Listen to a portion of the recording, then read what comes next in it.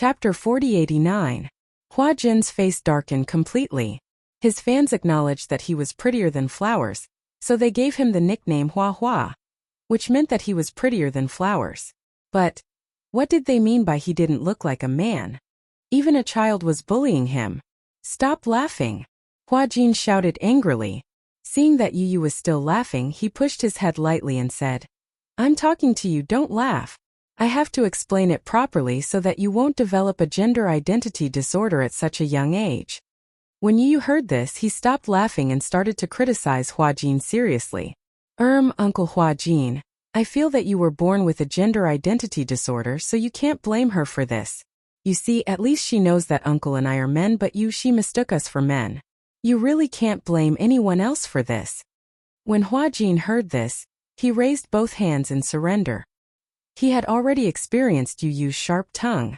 However, he still had to explain the matter seriously.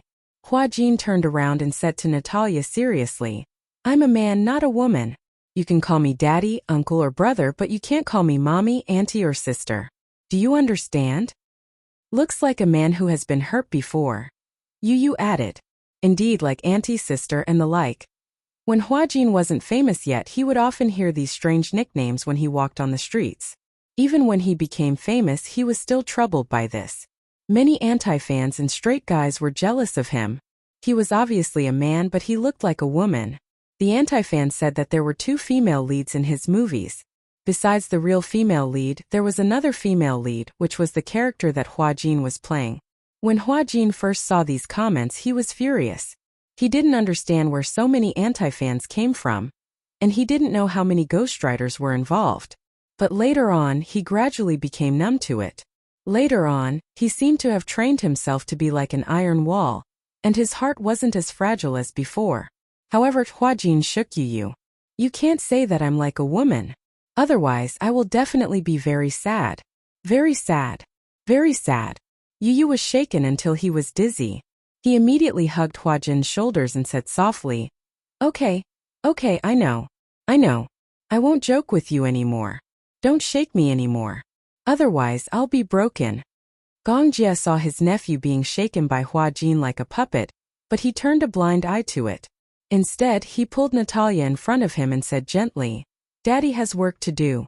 You should follow this uncle and be good, okay? If he bullies you or mistreats you, tell Daddy." In the past few days, Gong Jie and Natalia's relationship had improved by leaps and bounds. In fact, Gong Jie hadn't wanted to adopt Natalia at all. To him, having another child was nothing more than having another burden. Moreover, she wasn't his biological child. He already had Yao, this little princess. Hence, no matter how beautiful and cute Natalia was, he was indifferent. However, for some reason, after the adoption process was completed, Gong Jie finally met Natalia formally under Alice's arrangement. Chapter 4090. He already had Yao, his little princess. Therefore, no matter how pretty and cute Natalia was, he would not be moved. However, for some reason, after the adoption process was completed, Gong Jie finally met Natalia formally under Alice's arrangement. To everyone's surprise, Natalia was especially close to the man the moment she saw him. Firstly, it was because Gong Jie was tall and handsome. Secondly, the man inexplicably gave her a warm sense of security and belonging. For an orphan like Natalia, what she lacked the most was a sense of security and belonging. This was because she did not have the concept of home since she was young. Moreover, from the orphanage to the Michelle Hospital, Natalia had never felt a sense of belonging. She did not know what a home was, but Gong Jie gave her this kind of warmth. She wanted to rely on this man. At that time, Yu and Alice were also there. When they saw Natalia taking the initiative to throw herself into Gong Jie's arms, they were extremely surprised. They had never thought that Natalia would be so close to anyone. Gong Jie was also very surprised. He had only seen Natalia once. Moreover, at that time in the office, Natalia's attention was all on Yu. Obviously, she did not notice him. To be precise, this was probably the first time they had met. He was also very surprised that Natalia, who was as cold as a cat in front of Yu, would take the initiative to throw herself into his arms. Could it be that this was predestined fate? However, Natalia's throwing herself into his arms did not make him feel repulsed at all. In fact, he enjoyed this kind of closeness. Gong Jie liked girls very much. He did not even think about getting married. However, he had thought about what his future daughter would look like. If she looked like him, then she would definitely look like Yun Shirshir. She would have a pair of beautiful and charming peach blossom eyes. Her pupils were sparkling, as if there was a vast galaxy hidden in them. She would have a small but perky nose, and pink lips that were like cherry blossoms. Her skin was white and clean, without a trace of impurities.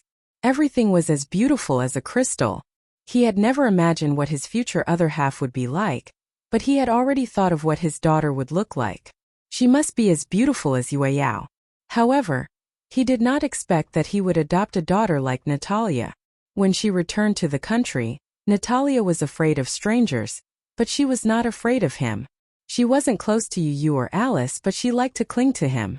Especially at night, Natalia liked to hug him to sleep. At first, Gong Jie didn't know what to do. He didn't know why, but at first he felt that it was a little awkward for such a small girl to sleep so close to him.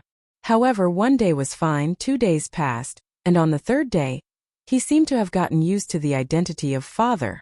What was there to be awkward about? Natalia was his daughter. Even though they were not related by blood, they still treated each other as their own. In fact, for Gong Jie, a sense of belonging and security was an extremely luxurious feeling. Even though he was born into a big family like the Gong family, it did not give him much sense of security. He had received military education from his father since he was young, and what was instilled in him was a cold concept. The warmth of a family was still in the memories of his mother and sister. Chapter 4091. This was also the reason why he was so reliant on Yun Shirshir. No one could replace the warmth that Yun Shirshir gave him. For some reason, Natalia felt close to him.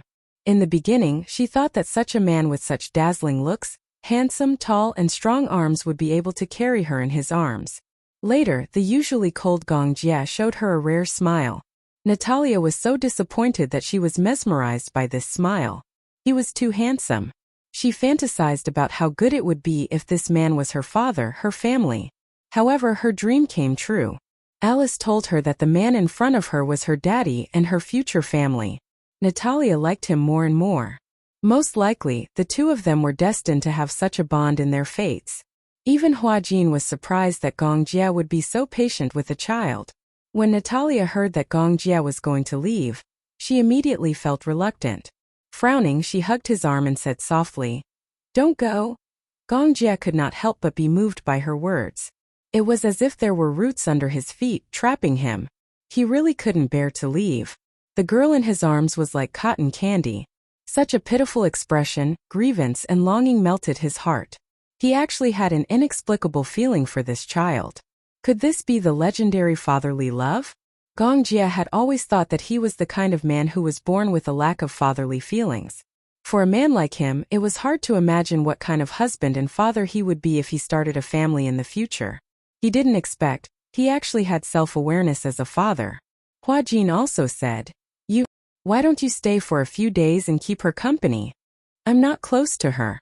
If you leave, I'll really be at my wit's end."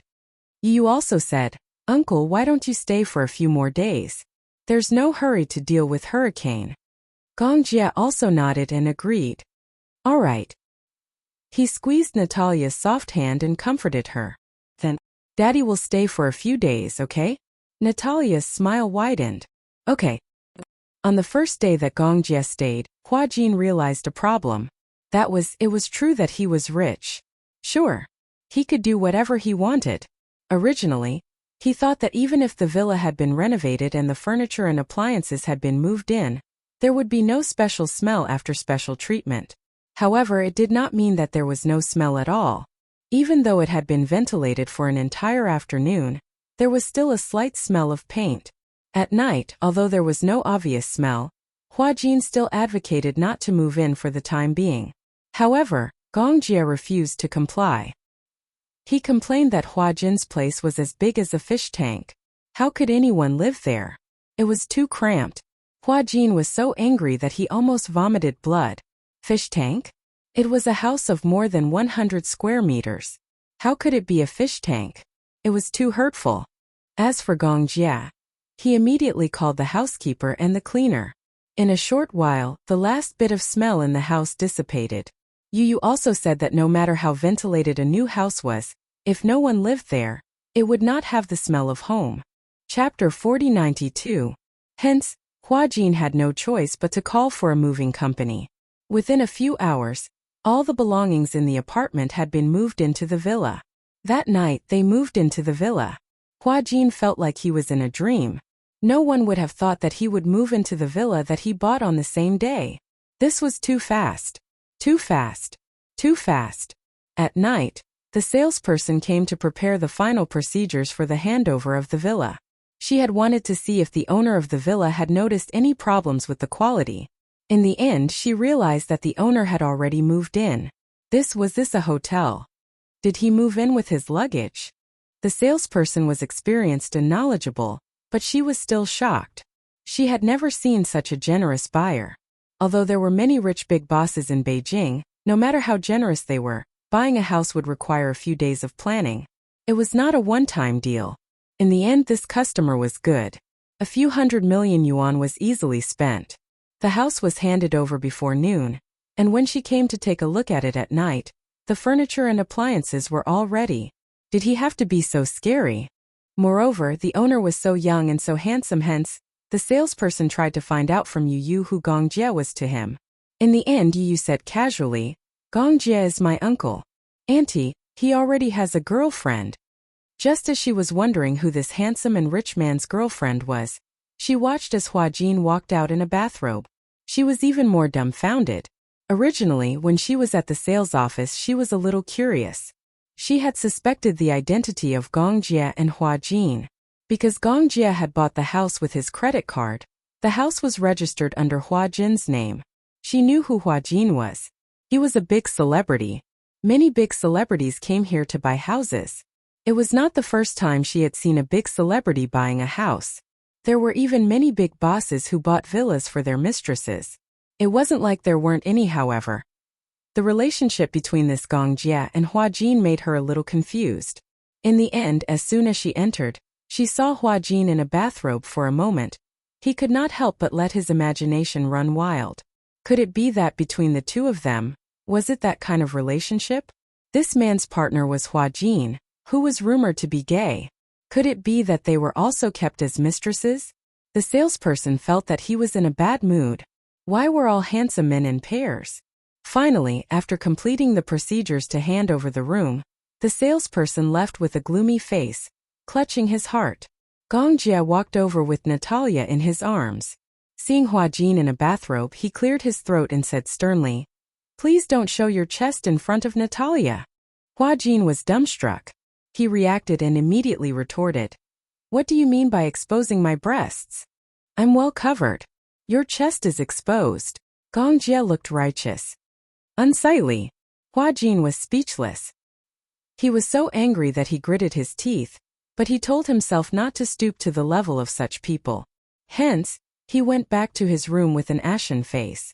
It was not until he changed into his pajamas that Gong Jie looked better. Yu covered her mouth and snickered at the side. Huajin felt very aggrieved. Did he lose his basic personal freedom just to take care of a child for him? Chapter 4093. Yu looked at Huajin and then at Gong Jie and muttered to herself, "What a pair of clowns." Especially when she saw Huajin's steely expression, Yu's heart ached for him for a few seconds. At night, Natalia was still pestering Gong Jie to sleep with her. Initially, Gong Jie wanted Huajin to coax Natalia to sleep. However, Natalia was a little picky about the bed and the person. She only recognized Gong Jie and not Huajin. Huajin had no choice but to find Gong Jie's room awkwardly. He braced himself and knocked on the door. Gong Jie happened to be awake. When he opened the door and saw him, he was a little surprised. "What's wrong?" "Natalia misses you." Huajin sighed and said helplessly, "This child doesn't really recognize me.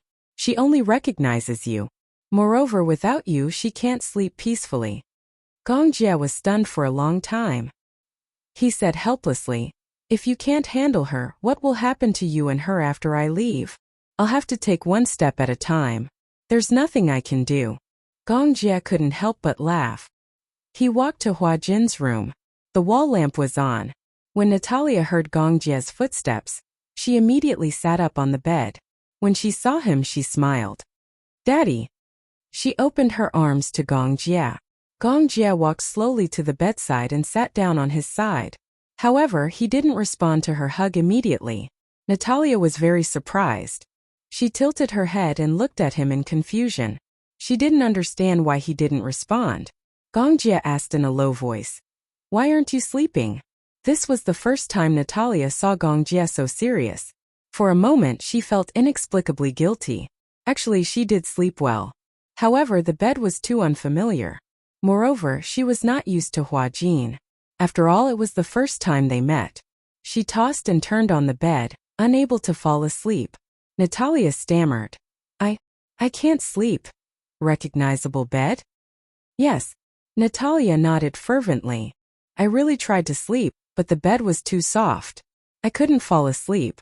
The mattress under her was the best zero-pressure mattress on the market bought by the Gong Jie. It was not soft, but at least it was more comfortable than the hard iron beds in the hospital. Natalia had been sleeping on a metal bed all this time, so she couldn't get used to the soft and comfortable mattress all of a sudden. "Close your eyes and don't let your imagination run wild. You'll fall asleep soon, okay?" Gong Jie comforted her gently. Nibbling on her lower lip, Natalia nodded with a frown on her face. However, when she lay down and her brother was about to tuck her in, he suddenly heard a choked sob coming from the woman. He was shocked and immediately leaned over. The sobbing sound became clearer. Hua Jin heard it too and reminded him softly, "Is she crying?" Gong Jie frowned. This girl couldn't be that weak, right? Hua Jin frowned and said with a headache, "It's her first time in such a foreign country. Maybe she hasn't gotten over the jet lag yet. Moreover, she's in a foreign bed with a foreign person. She'll naturally feel unfamiliar and scared. Why don't you keep her company tonight? I'll sleep in your room." With that, Hua Jin tried to find an excuse to escape. Gong Jie shouted in a low voice, "You're not allowed to leave." Hua Jin's footsteps were forcefully stopped. Chapter 4094. Hua Jin stopped in his tracks. "Sit over here," Gong Jie ordered again. Hua Jin had no choice but to move back to the bed stiffly like a robot. "Lie down." Hua Jin lay down with a straight back. "Hug her." Just as Hua Jin was about to retort, he vaguely felt a sharp gaze sweeping over him in the dim light. Frightened, he immediately opened his arms and pulled Natalia into his embrace. A certain great demon king was finally satisfied. He whispered into Natalia's ear, "Daddy will sing for you, okay?" Natalia smiled in surprise. "Okay." When Hua Jin heard that Gong Jie wanted to sing, he was shocked. Oh my god. If Gong Jie wanted to sing, wouldn't that be wailing like ghosts and howling like wolves? He vaguely remembered that Yu didn't seem to have any talent in singing. If that was the case, Gong Jie's uncle probably didn't have good musical genes either. Just as he was making wild guesses, Gong Jie opened his thin lips slightly and sang in a deep magnetic voice. Outside the window, the raindrops dong dong ding ding, falling into my heart, freezing into ice, memories of the past, 2 people in a room, roses and champagne. When you leave, I can only embrace the cold air. When Gong Jie's deep voice came out of his thin lips, Hua Jin was stunned when he heard it. Perhaps he didn't have high expectations for Gong Jie. He had always thought that Gong Jie would be tone-deaf like Yu. However, he had forgotten that Yu's tone deafness must have been inherited from Mu Yaja. He recalled that Gong Jie's mother was Mu Qingcheng. Mu Qingcheng's voice had once shocked the entire capital. With such a singing mother, Yun Shishir's singing was also very good. And how could Gong Jie's voice be bad? But his voice was even louder than Gu Xing's. In the world of singers, Gu Xing's voice was the only one that the general public recognized. His singing was soulful, magnetic, and had a penetrating power. This penetrating power did not refer to his voice, but it had a power that could penetrate one's heart. It's easy to infect everyone. To be fair, Gu Xing's singing skills were definitely not the best. However, his voice was the most contagious of all. Gong Jie was better than him. So much so that Hua Jin even had the urge to cry when he heard this song. Memories of you. Too many to count softly. Softly lonely sings to I'll never forget. Evidence of your presence. How else am I going to prove it? Waiting for the dawn together even if I lose you. I'm gonna love you too. Even if the whole world is dying, I gave myself an ending. Gong Jie rarely sang. He did not like to listen to music and rarely sang. In the past, when Yun Shishir pestered him to sing, he was too shy to say it. However, when it came to Natalia, he was able to throw away all his burdens naturally. After singing 2 songs, Gong Jie heard Hua Jin's steady breathing and knew that he had fallen asleep. Natalia's eyelids gradually became heavy and she was about to fall asleep. Just as he stood up and was about to leave, a soft little hand grabbed onto him. Gong Jie turned around and saw Natalia holding his hand. Her voice was hoarse as she said, "Don't go." Her soft voice carried a hint of reluctance. "Stay with me. Otherwise, I won't be able to sleep. Okay?" Chapter 4095. He sat down and caressed her forehead gently. "Good girl. You should sleep now. I want you to keep me company." Natalia's coquettish tone was irresistible to him. Feeling helpless, he lay down next to her and adjusted the quilt for her. Then, he gently rubbed the tip of his nose against her forehead. "Sleep. Good night." Natalia's lips curled into a smile. Her eyelids gradually closed, and she soon fell asleep. Before nightfall, Yu was sent back to the Mu family. When he told Yun Shishir that Gong Jie had adopted a daughter, Yun Shishir was so shocked that her eyes almost popped out of their sockets. How was that possible? Her brother was known for being a cold-hearted person. How could he adopt a daughter out of kindness? She couldn't wait to meet the girl who made her brother break his rules. She wanted to see what kind of girl she was. Yu had the keys to the villa. There were a total of 3 keys. One for Hua Jin, one for Gong Jie, and one for him. However, the next day, when Yun Shishir opened the door of the villa and appeared at the bedroom door with Yu, she saw the 3 of them hugging each other as they slept. She didn't feel good at all. When Yu saw his mother standing rooted to the ground in a daze, he too poked his head in curiously. However, when he saw Gong Jie hugging Natalia while the latter hugged Hua Jin to sleep, he was so shocked that he sucked in a breath of cold air. Ahem. Yu cleared his throat solemnly. Gong Jie was a light sleeper. When he heard the commotion, he opened his eyes abruptly and looked in the direction of the sound. He saw Yun Shishir and Yu standing at the door. He was slightly shocked and immediately sat up on the bed. He ran his fingers through his messy hair and followed Yun Shishir's gaze to the side. Oh, he remembered now. Last night, the 3 of them seemed to have slept together. However, wasn't it normal for men to sleep together? Why was his sister looking at him with such a meaningful gaze? Gong Jie's lips twitched. Could she have misunderstood something? However, Yun Shishir didn't say it out loud. If she didn't say it out loud, he wouldn't even have a chance to explain himself. If he tried to force an explanation, it would only make things worse. It would only make things worse. However, the way she looked at him seemed to be saying, "I know, you don't have to explain." Gong Jie felt even more frustrated. He stretched out his long leg and immediately kicked Hua Jin awake. Hua Jin also woke up at once. He sat up abruptly. When he saw Yun Shishir, he thought that he was dreaming. He giggled a few times. When he turned his head, he saw that Gong Jie was also there. He immediately couldn't wake up anymore. Why was he sleeping in this room? Hua Jin thought about it carefully and finally remembered. He remembered. Yesterday, Gong Jie had sung for Natalia. In the end, he had fallen asleep while listening.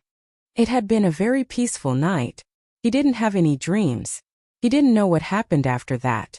Looking at the situation, could it be that Gong Jie had also stayed in this room last night? That must be it. Natalia must have been reluctant to let him go and pestered him to stay.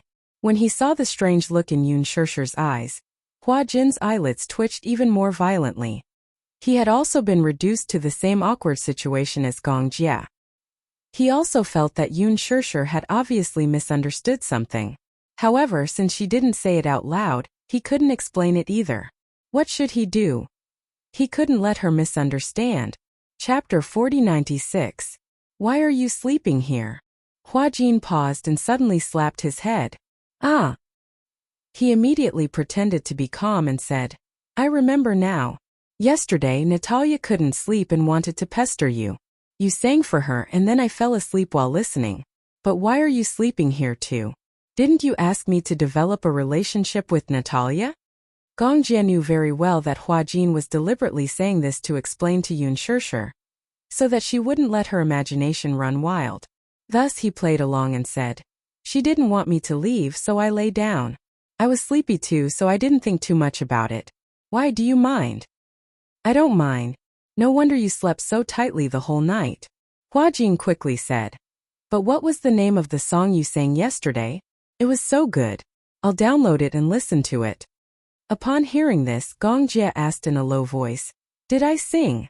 Yun Shirshir's attention was immediately diverted. Xiao Jie, did you sing? Her astonished look surprised Hua Jin even more. From what you're saying, he never sang before. Yun Shirshir nodded. Xiao Jie doesn't like to listen to music, so he doesn't like to sing either. But I think his singing should be very good. Gong Jie's face turned green from embarrassment. No way. How can that be? I just think it's very good. Hua Jin said to Yun Shirshir. When I heard him sing yesterday, it was really amazing. But I've never heard that song before. Is it an old song? Gong Jie ignored him. This song was actually composed by him when he was bored. Because he didn't like to sing, but that day when he was sitting by the beach, a melody suddenly appeared in his mind for some reason. The lyrics were also born naturally along with the melody. There was no one around, so he sang it himself. As he sang it, he remembered it deeply. To be more precise, the melody and lyrics were all randomly hummed by him. When Hua Jin heard this song, he was a little surprised at first. She was surprised by his charming voice and even more surprised that he had never heard such a beautiful song before. Logically speaking, with such a high standard of arrangement, it should be an instant hit. Why had he never heard of it before? Hua Jin didn't know that the Gong Jie was humming to himself. If he knew, he would be shocked. Natalia was woken up by the voices of a few people. Coincidentally, she had slept enough. She opened her eyes and blinked. Gong Jie realized that she was awake and gently pinched her cheek. You're awake? Like a kitten, Natalia snuggled into his arms and hugged his waist. Daddy? Gong Jie too reached out to hug her and gently caressed her silky hair. Such an intimate snuggle made you feel very uncomfortable. Why was she so clingy to Gong Jie but not willing to play with him? He didn't know what this uncle of his was capable of. Could it be that he had secretly fed Natalia some kind of bewitching potion? Gong Jie suddenly realized that Yu was staring at him with an inexplicable hatred. When Hua Jin saw this, he couldn't help but want to laugh. This uncle and niece pair was really too cute. This was the first time he had seen Yu jealous. Chapter 4097. Yun Shirshir noticed it too and held back her laughter. She had never seen Yu get jealous before, so she found it very novel. It wasn't that Yu had never been jealous before, but it was only towards her.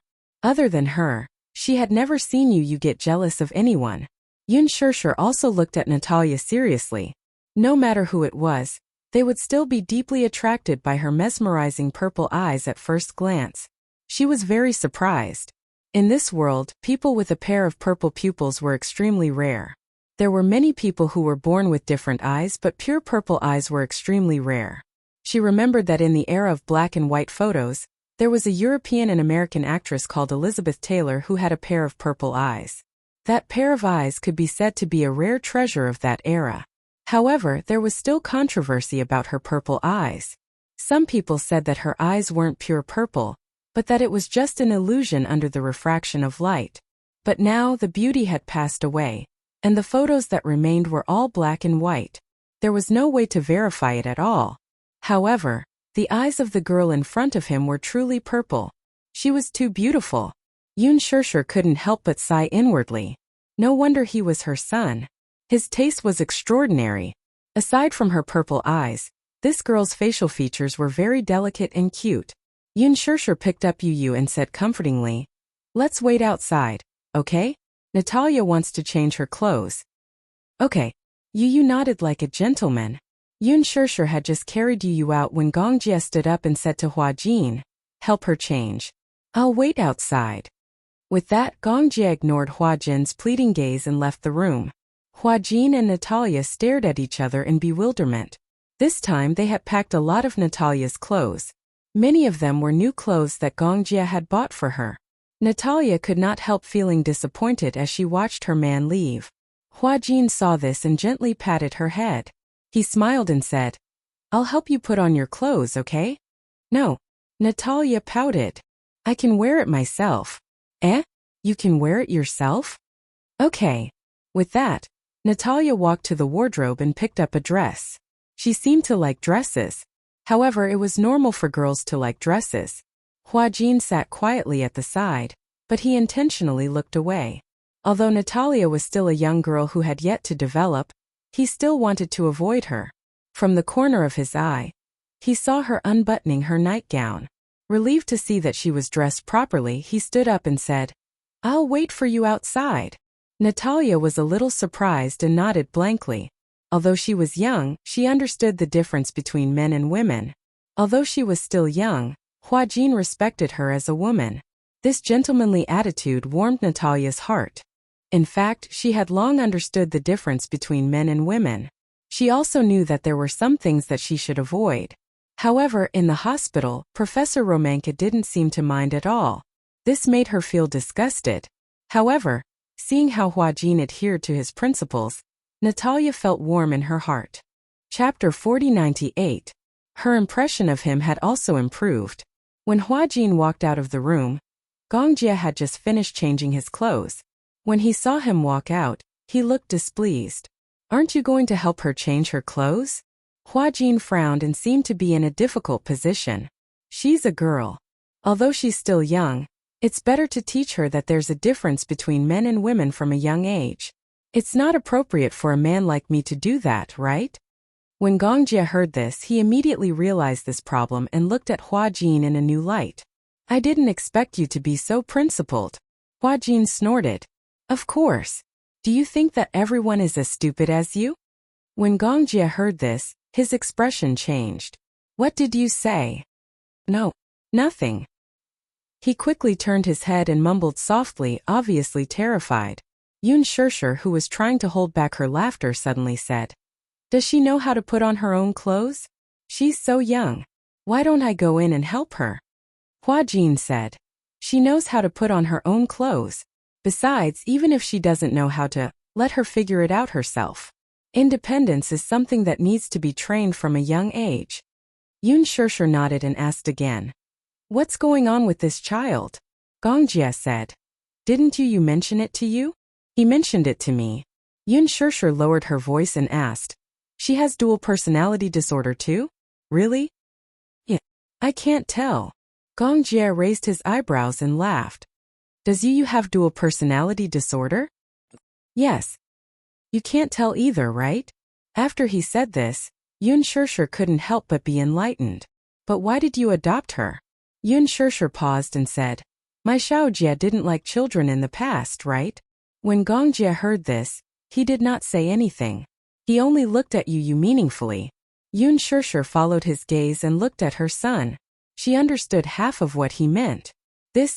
Could it be that this guy had his first awakening of love so early? Yun Shirshir was a little confused. Huajin let out a long sigh. "He's her guardian, so I'm her surrogate guardian." Yun Shirshir was a little confused. What do you mean?" Huajin didn't dare to say anything. He just looked at Gongjie with a helpless and meaningful gaze. Yun Shirshir, on the other hand, was baffled. However, after a short while she understood.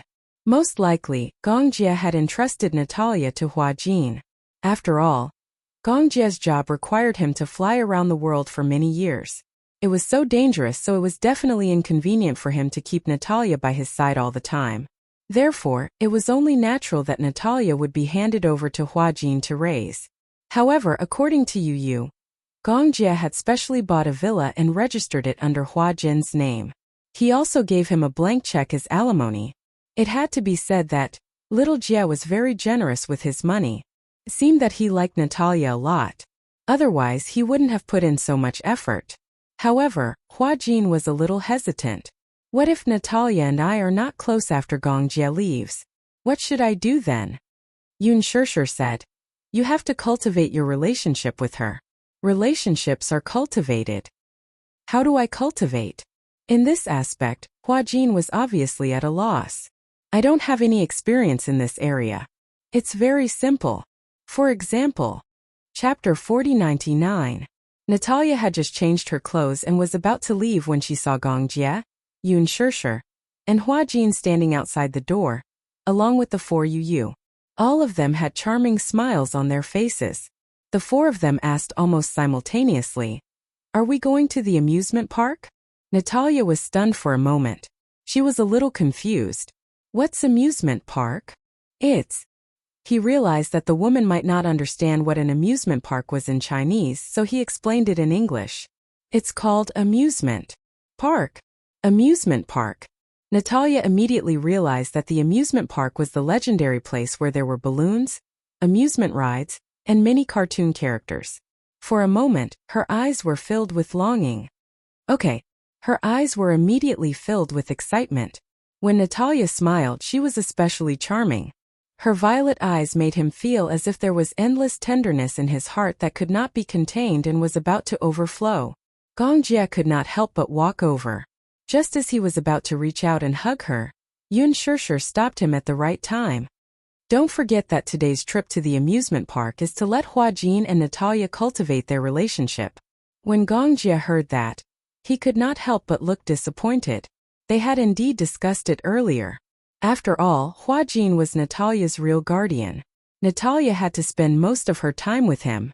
However, now that Natalia liked to stick to Gong Jie and not Jin, Yun Shirshir, and Yu thought of using the amusement park's parent-child trip to cultivate their father-daughter relationship. This was also something that had been agreed upon with Jin. Jin had also vowed that he wanted to use the trip to the amusement park to cultivate his relationship with Natalia. Gong Jie had also promised that he would do his best to create an opportunity for the 2 of them to live together harmoniously. He absolutely could not destroy it. Therefore, he suppressed the urge to hug Natalia and allowed Jin to walk over. He squatted down in front of Natalia and said gently, "Uncle will hug you, okay?" Natalia glanced at Gong Jie with a hint of longing in her eyes. When Gong Jie saw this, he pretended to be indifferent. He walked in front of Yu and gently picked up Yu. Natalia was a little disappointed to see him hug Yu first. Jin tried to reach out his hand again. "Daddy, can you hug me?" Natalia looked at him again and finally nodded in agreement. "Yes, all right." She opened her arms and hugged Jin's shoulders, snuggling into his embrace. Jin carried Natalia in his arms, and the group decided to set off. Their destination was still Fairy Tale Valley, which was built by Laji Group. However, after 2 years of settling down, and with the completion of the new phase of the project, Fairy Tale Valley had become one of the top theme parks. Other than having more rides, the theme had also been perfected. Fairy Tale Valley was developing a series of themed animated films. They wanted to use Fairy Tale Valley as the backdrop to make a series of fairy tale movies. Fairy Tale Valley's share of the profits for the new quarter was very significant. This also proved that Yu's eye for talent was second to none. Li Hanlin's methods and ambitions were obvious to everyone. His goal was to turn Fairy Tale Valley into a world-class fairy tale theme park. Chapter 4100. The villa was not too far away from the theme park. When they set off, the traffic was not very congested. Hence, they arrived at Fairy Tale Valley in less than half an hour. With Li Hanlin's meticulous arrangements, the 5 of them managed to get VIP passes. With this card, it meant that he could play all the games without having to queue up. When they entered the entrance, Natalia was deeply attracted by the themed statue placed at the entrance of Fairy Tale Valley. The themed statue of Fairy Tale Valley was a rainbow unicorn. This was designed by Yu. The unicorn had snow-white manes, black eyes, a golden horn and a rainbow ponytail. It was so cute and charming that it had become one of the most popular cartoon characters in the world.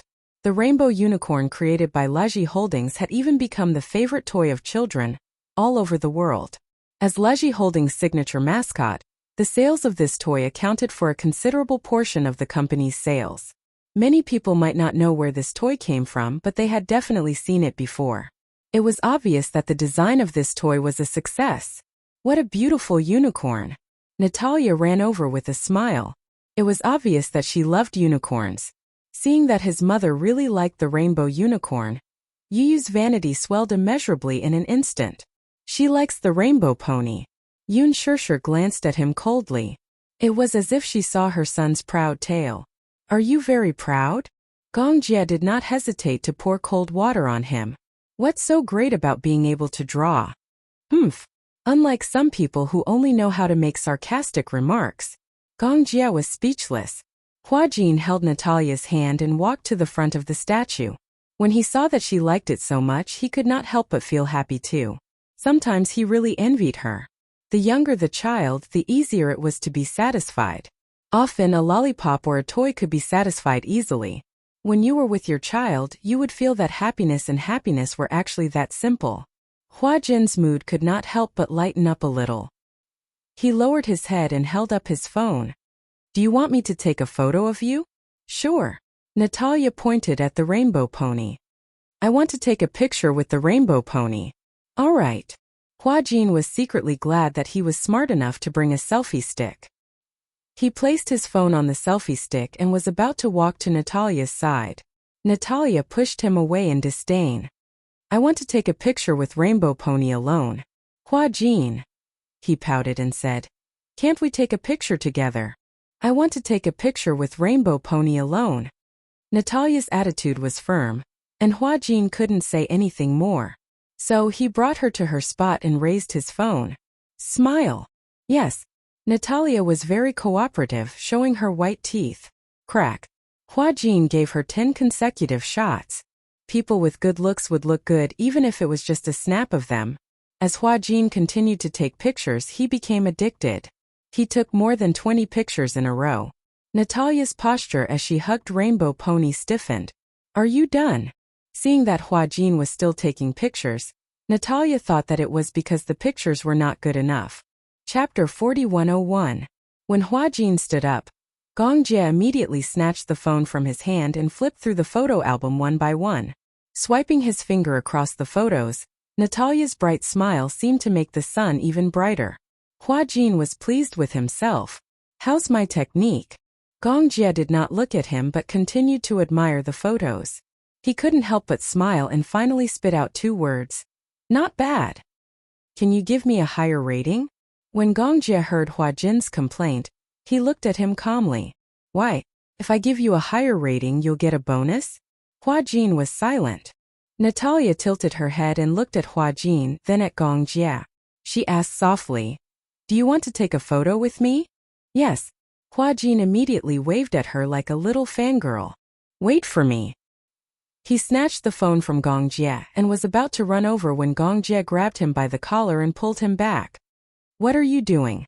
Stand here. Hua Jin was speechless. Gong Jie glared at him. Stand still.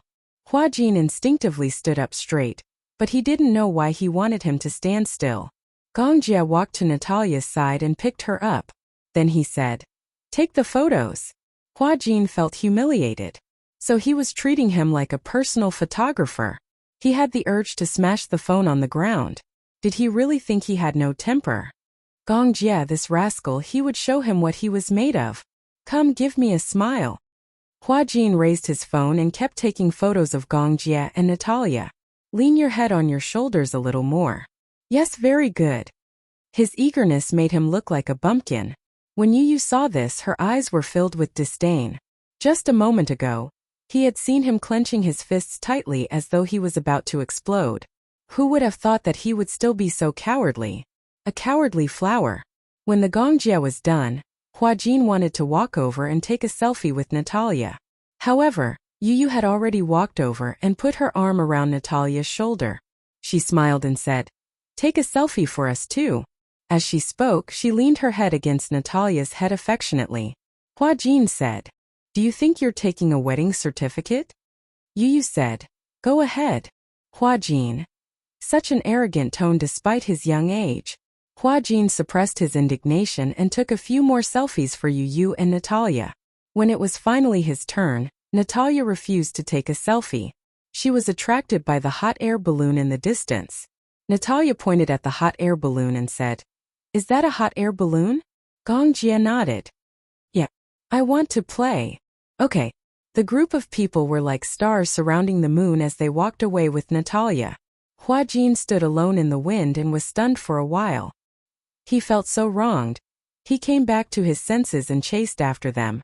He asked and found out that a hot air balloon could only seat 3 people at most. Gongjia and Yu immediately stuck close to Natalia. It was obvious that the 2 of them wanted to sit with her. Yun Shirshir couldn't take it anymore. She cleared her throat and said, "Don't forget why you're here." Chapter 4102. Yun Shirshir glared at Yu again. Yu was silent. All right.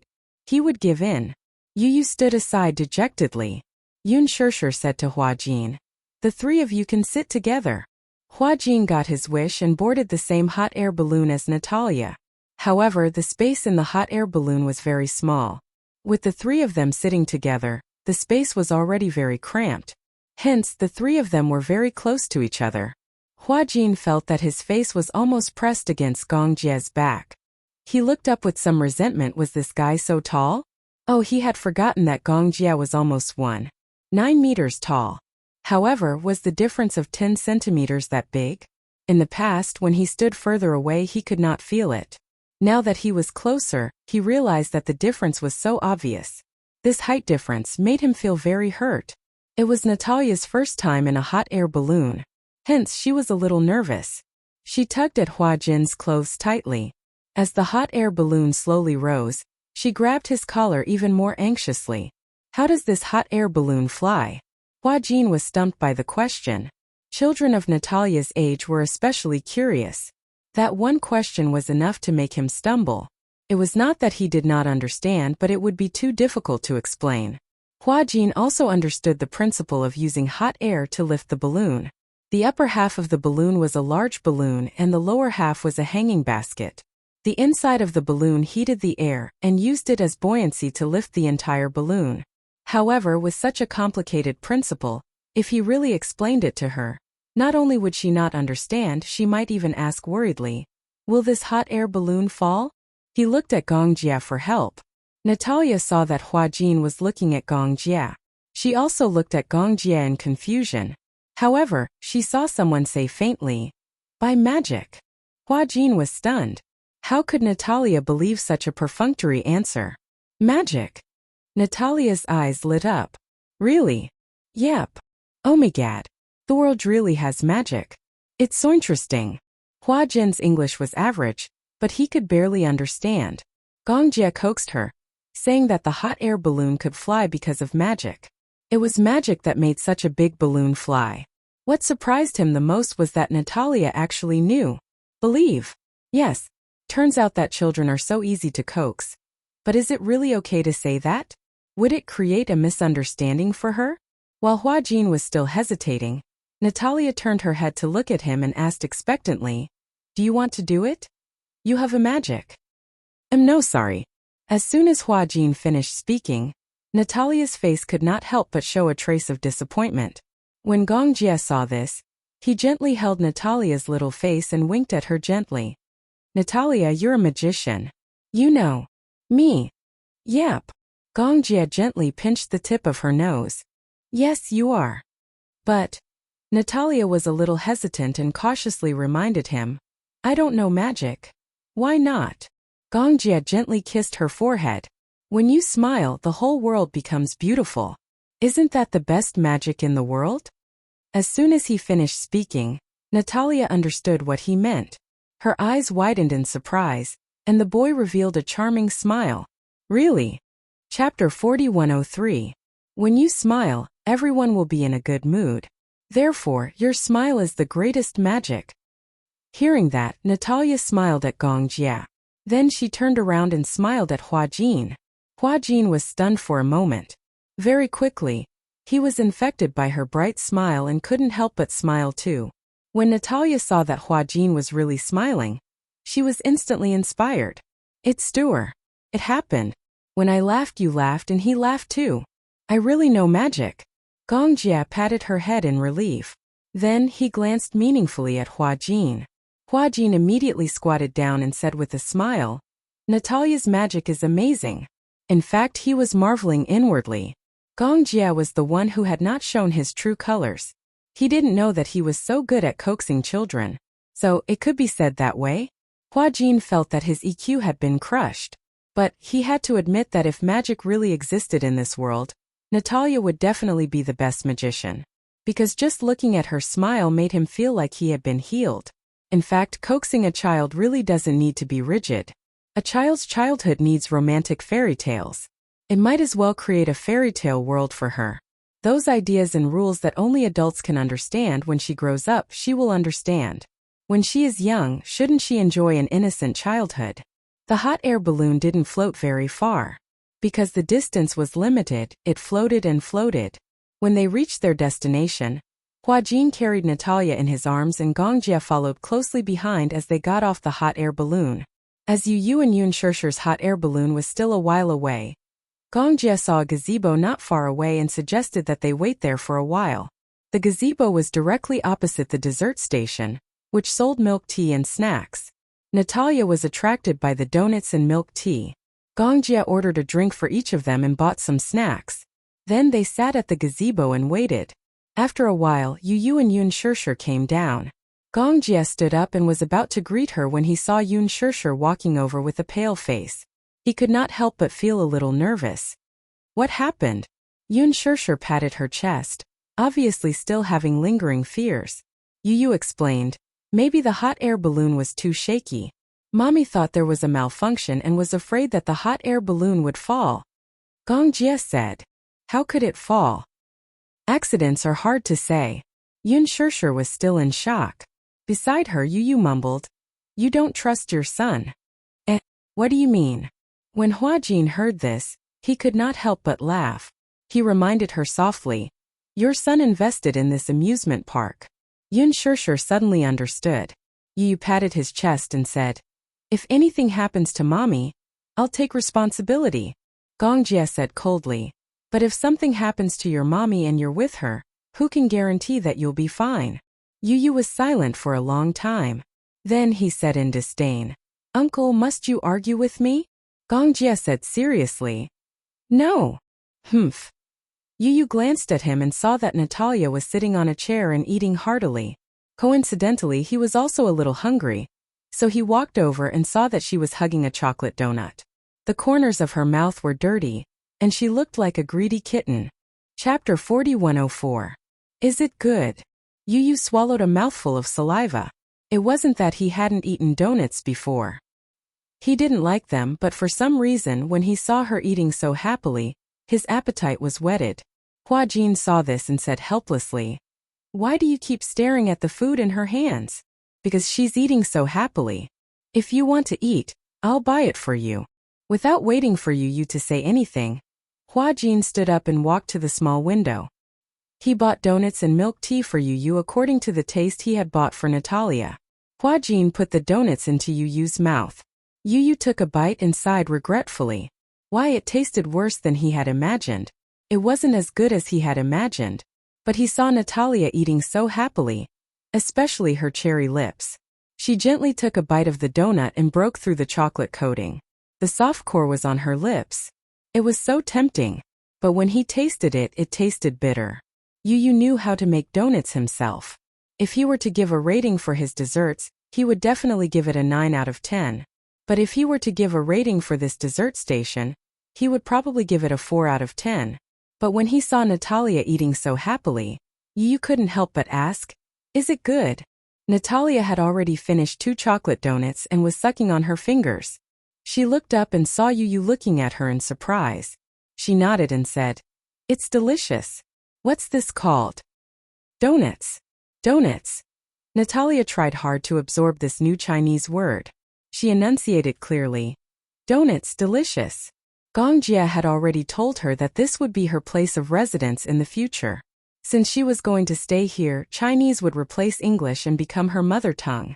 Although she was born here, she lived in an orphanage for a while before she was taken to the United States. Although she didn't forget her Chinese, it had deteriorated a lot. However, Natalia was extremely talented in languages. Even though she hadn't spoken Chinese for a long time, her pronunciation was still very accurate. Donuts very delicious. Yu said proudly, I know how to make donuts too. Natalia looked at him as if she had discovered a new continent. Do you really know how to make donuts? Yes. My cooking is countless times better than this. Really? Natalia was stunned. I don't believe it. If you don't believe me, I can cook it for you. You'll know after you eat it. Yu was very pleased. Beside her, Huajin chimed in. Yu's desserts are indeed delicious. It's true, it's not fake at all. When Natalia heard this, she was very surprised.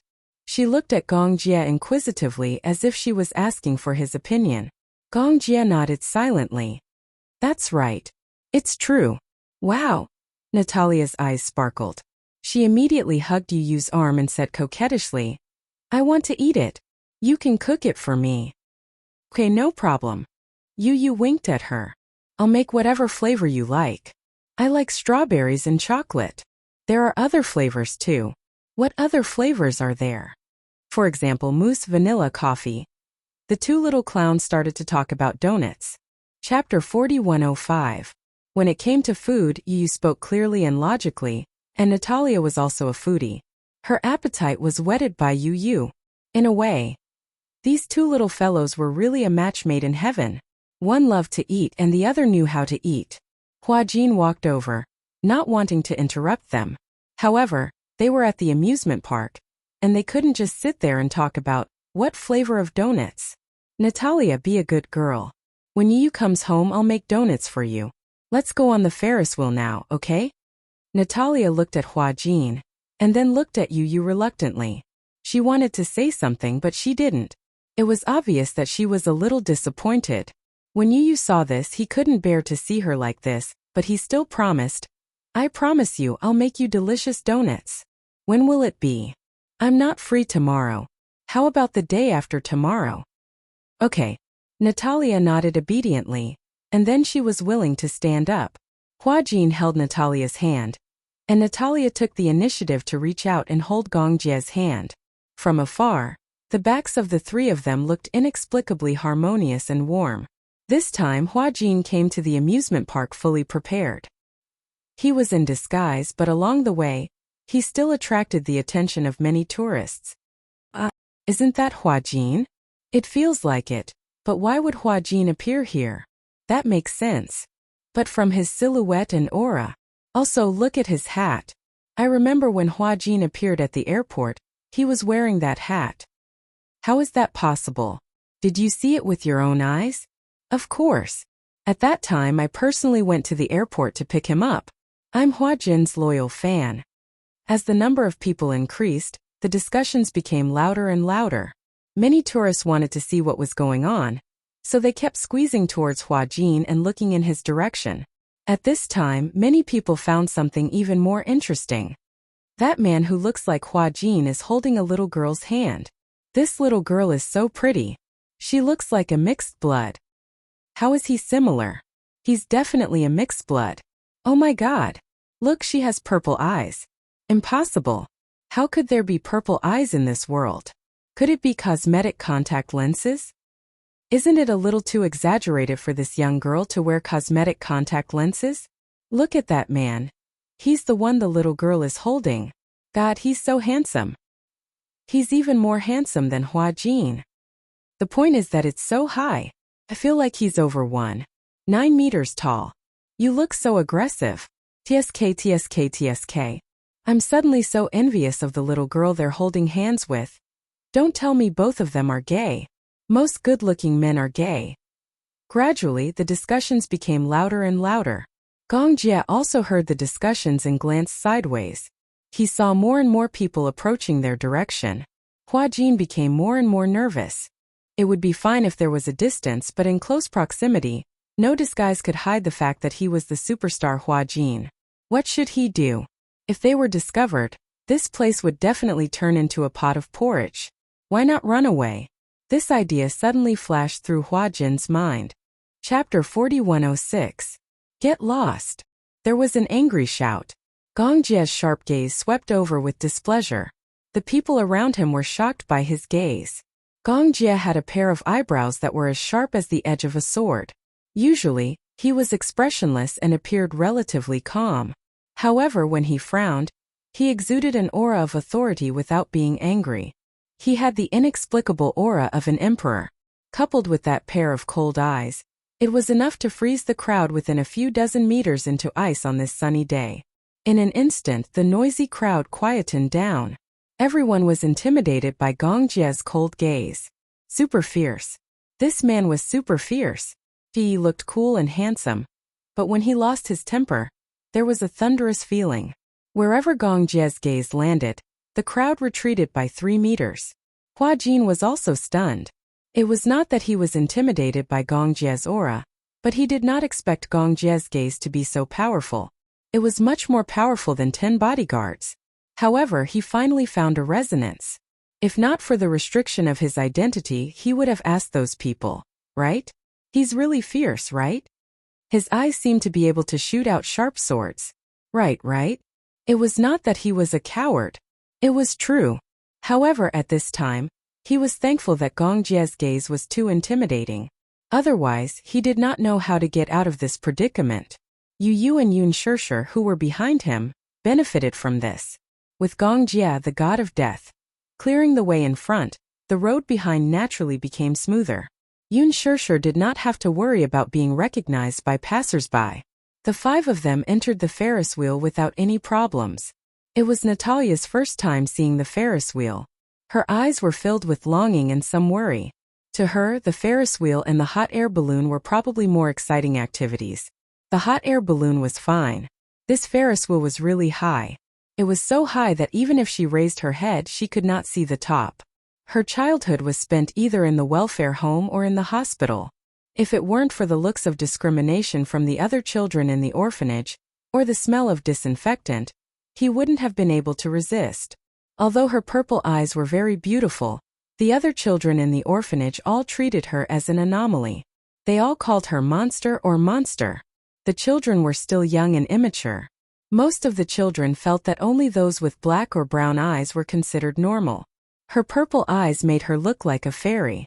The children were all afraid of the fairy, so they didn't want to play with her. As a result, Natalia's childhood was very lonely. It was her first time going to an amusement park, let alone a Ferris wheel. Therefore, uneasiness, excitement, nervousness, agitation, all kinds of complicated feelings mixed together. Yu could see the worry on her face and explained, "Don't worry, the Ferris wheel is very safe." So tall. Natalia craned her neck and stared for a long time. Hua Jin asked gently, "Do you want to play?" Natalia nodded. "Yeah, I want to play." "Then let's go together." Natalia nodded contentedly. The car could seat a total of 4 people, so Yun Shishir suggested waiting for them at the rest area. She didn't really like the Ferris wheel. She had only come to the amusement park to accompany Natalia. Chapter 4107. It was Natalia's first time on the Ferris wheel. The Ferris wheel made 2 rounds. When the car reached the highest point of the first round, Natalia could not help but feel nervous. Yu was also nervous. He could not help but recall the time when they were on the Ferris wheel.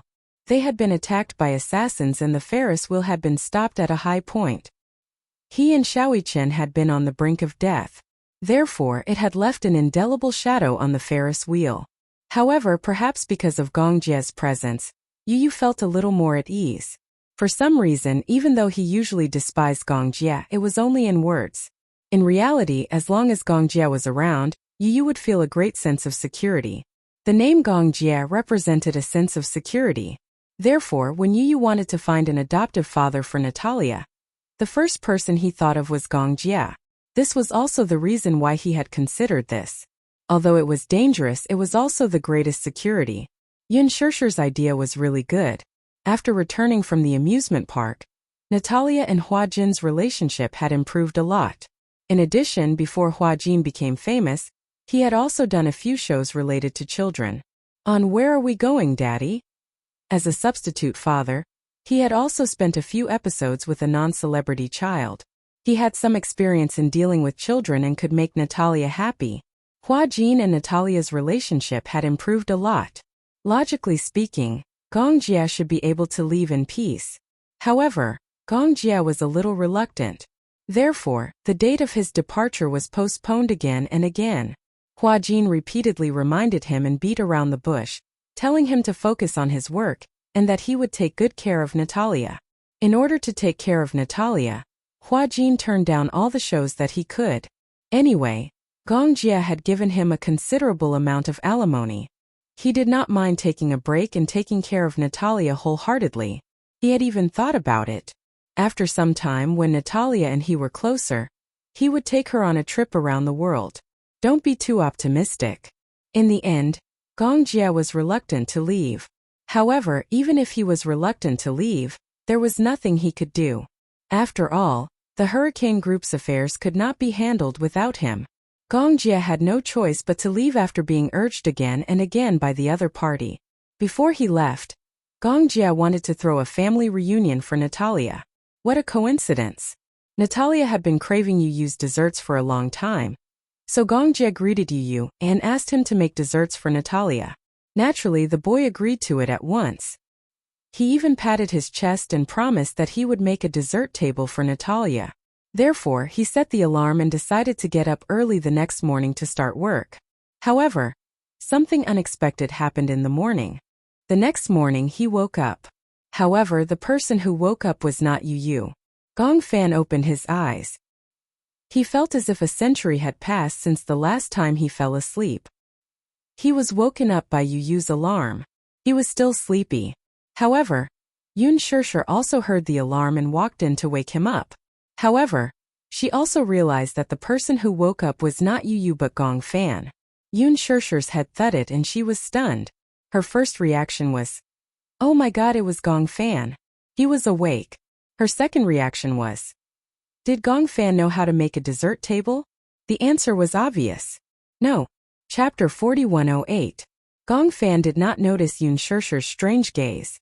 "Good morning, Mommy." "Good morning, you're up so early?"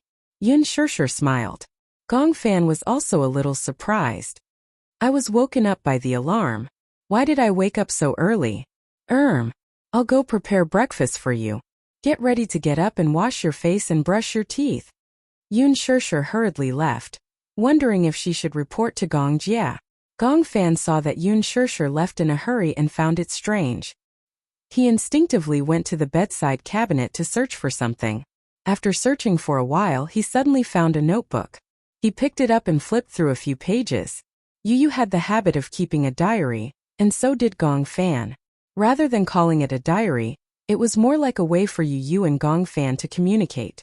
Yu Yu understood what happened to Gong Fan that day through his diary.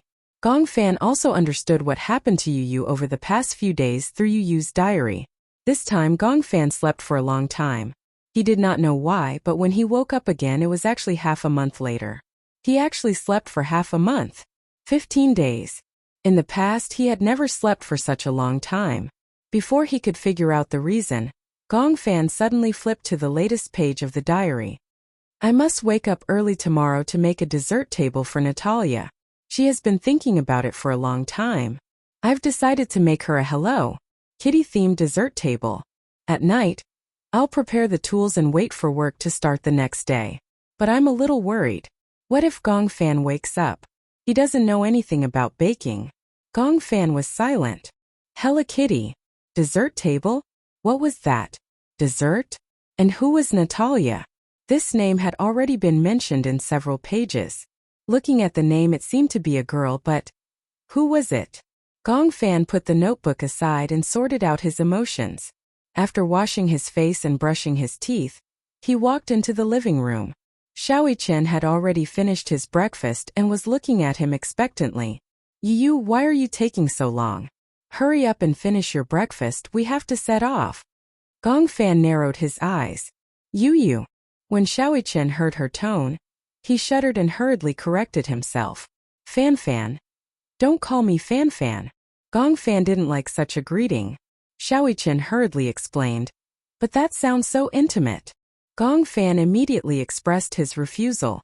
"No." Xiaoi Chen was speechless. What had Sundra Fan Fan and Shishir brought out the bread and milk. Gong Fan sat at the dining table and asked curiously, "Mommy, who is Natalia?" She said vaguely. Yu Yu seems to like her. He promised her that he would make her a beautiful dessert table today. Do you know how to make it? Gong Fan shook his head. How could he know how to cook? He didn't know anything. Not to mention baking. Then, Yoon Shirshir was in a dilemma. What should we do then? Yu had prepared everything and wanted to perform well today. Gong Fan pursed his lips. He was in a dilemma, but he didn't want to disappoint Yu. Is the dessert table very difficult?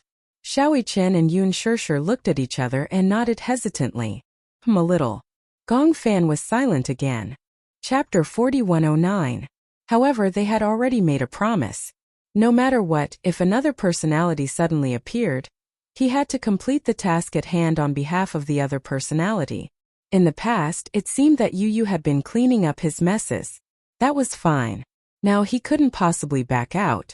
Along the way, Gong Fan held onto his cell phone. He wasn't playing with it. Instead, he was studying it seriously. He looked up tutorials and techniques on baking on the internet and made use of the limited time he had to study hard. Yoon Shirshir was quite confident in Gong Fan. Baking was actually not difficult. As long as he was careful, serious, and slightly particular about the food, he would be able to complete it very well. However, it was obvious that she had made a mistake in her estimation in some aspects. Gong Fan was very particular about everything except food.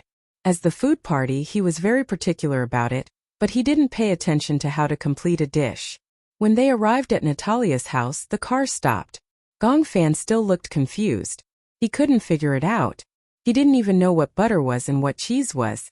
What was a mold and what was saccharin? Should he give up? He really couldn't figure out what these formulas were made of. If he was given dozens of mathematical Olympiad questions, it would still be relatively easy. Wasn't it difficult for him to bake? However, Gong Fan could only imagine Yu's disappointed expression in the diary. It seems that I should let you sleep for a longer time. Gong Fan suddenly remembered that he seemed to have been in a deep sleep during this period. Could it be that?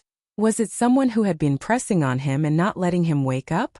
Could it be that Yu despised him for being a scammer? Didn't want him to show his face? If this baking wasn't done well, Yu might be very angry. Gong Fan held his forehead helplessly. It didn't matter who was angry, but he couldn't be angry at this little ancestor. Hence, when he walked to the kitchen, Gong Fan could only bite the bullet and put on the cartoon-style apron that Hua Jin had bought. He stood in the baking area with a gloomy expression. Oven, mold, cream, all the tools were available. These were all prepared by Yu. It was all for this day to give Natalia a surprise. All right. Surprise, surprise, there was surprise but no joy. Gong Fan told himself. Don't worry about the adjustment of the formula or the heat. Just roll up your sleeves and do it based on your feelings. He did not believe that even though they were two personalities, Yu could cook so well while he could not. Come at me directly. Gong Fan simply followed his intuition and started to do it. The dessert rack is Hello Kitty was pink in color, so Yu's original idea was to have strawberry-flavored desserts. The dessert counter consisted of multi-layer cakes, cupcakes, shaped biscuits, mousse, pudding, and other small desserts. He tried the donut first. According to the recipe and tutorial, Gong Fan carefully added the softened butter with fine sugar and salt. Wait a minute. Salt? He was stunned for a moment and read the tutorial 3 times to make sure that he was not mistaken. He still felt strange. Aren't donuts supposed to be sweet? Why it's salt? Forget it. Gong Fan closed his eyes and began to beat it evenly with the egg beater. His ideal was to make it slightly puffy. In the end, it was directly turned into liquid by him. Liquid failure. Chapter 4110. He originally thought that everything was difficult at the beginning, but he didn't expect that the next step would definitely be much more difficult than the beginning. Next, the tutorial said to add milk powder. Milk powder. What was milk powder? Gong Fan looked at the circle of packaging bags on the dining table. Most of them were imported ingredients. If it was in English, he could still understand it, but some were in Italian and some were in French. Moreover, even if it was in English, he didn't know what this thing was. Hence, he decided to taste it himself. It was milk powder. It should be easy to identify. He reached his finger into a packaging table and gently tasted it. Oh? What was this? It was astringent and the powder was a little smooth. There was also an inexplicable bitter taste. It shouldn't be milk powder. Milk powder should be sweet. He tasted another generation flour. Gong Fan tried many kinds of powdery things and finally found milk powder. Suddenly, he felt a sense of relief. I finally found you.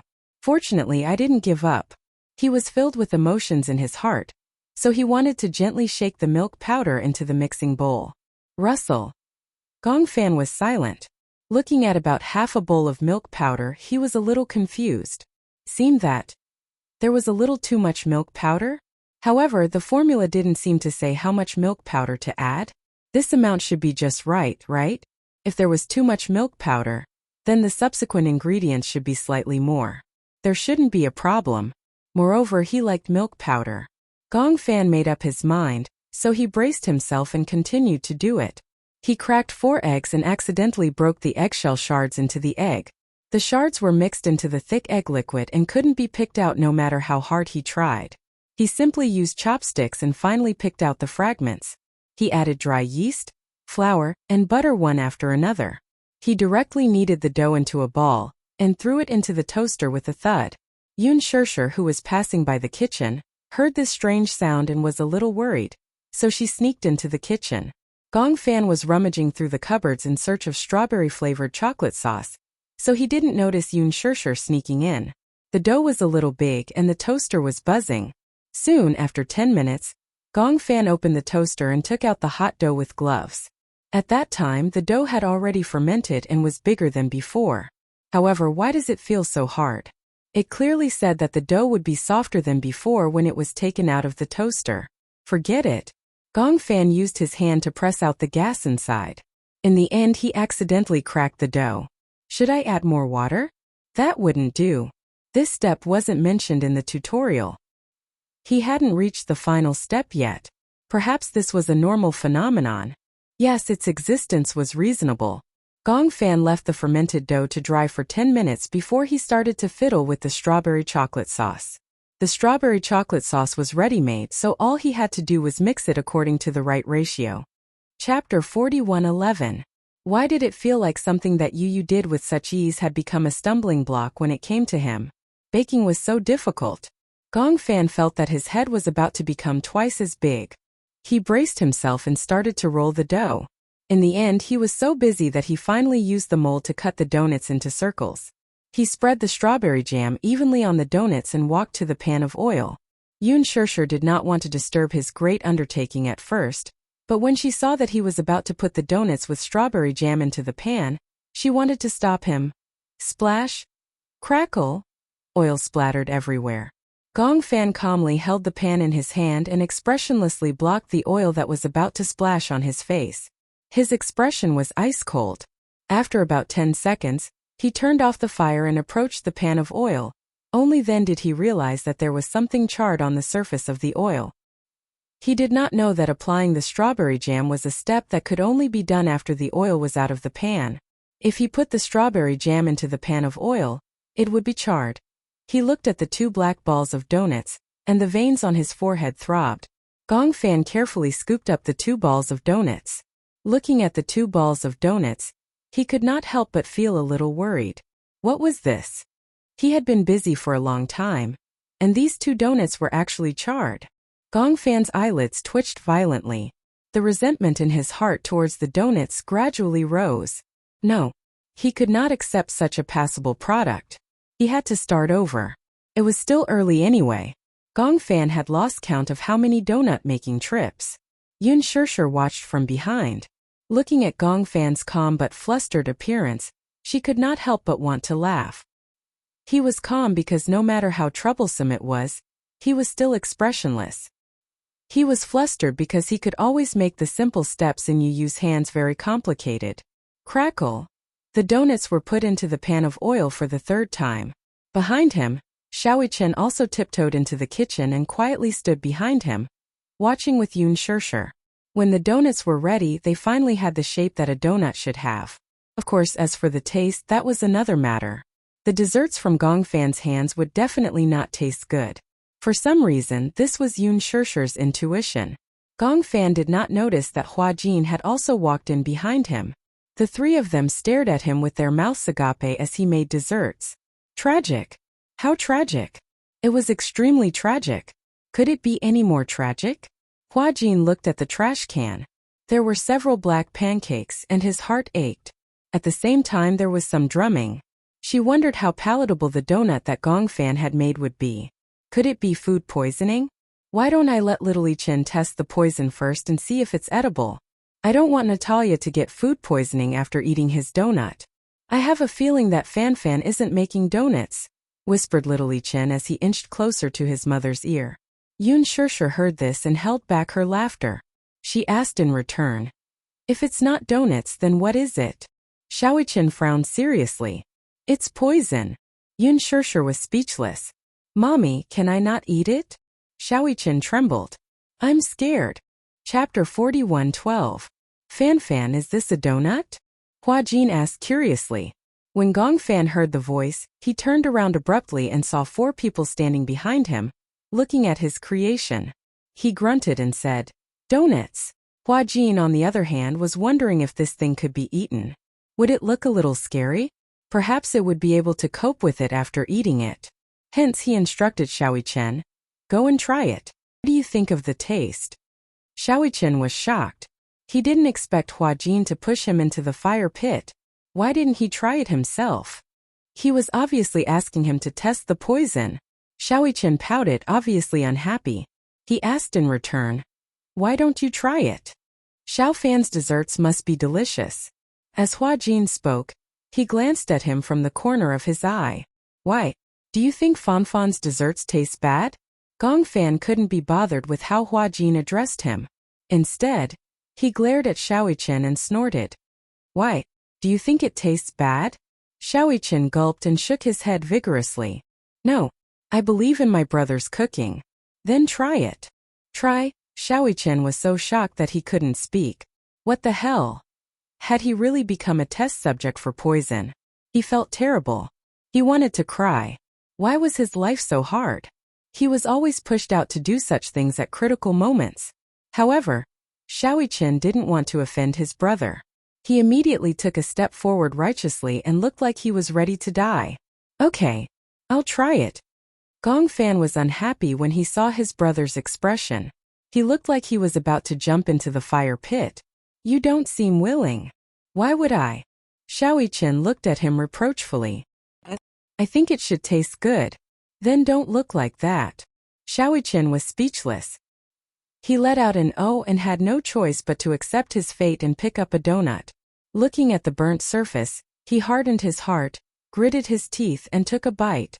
A comet colliding with Earth, volcano eruption. Various apocalyptic scenes flashed before his eyes. Xiaoichin felt as if his entire body was being scorched by lava, and tears almost flowed out of his eyes. What was that? Is this a donut?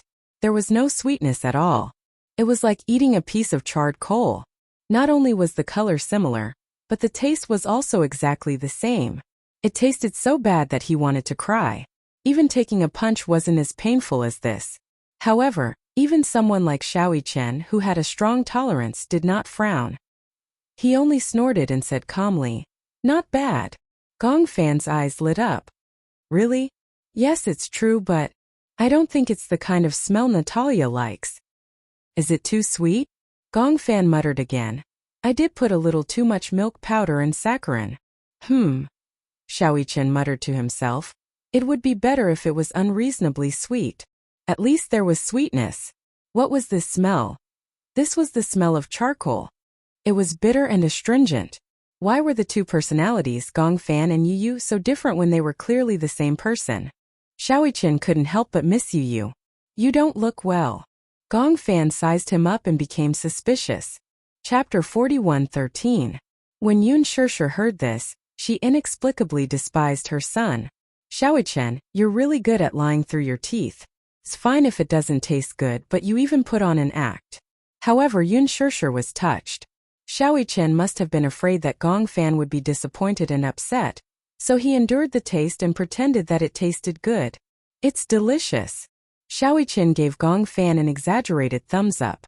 When Gong Fan heard this, he was inexplicably touched. It turned out that the donuts he made were this delicious? Even Xiaoichin was afraid that he wouldn't be able to eat the donuts he made in the future. Gong Fan pursed his lips and revealed a rare gentle smile.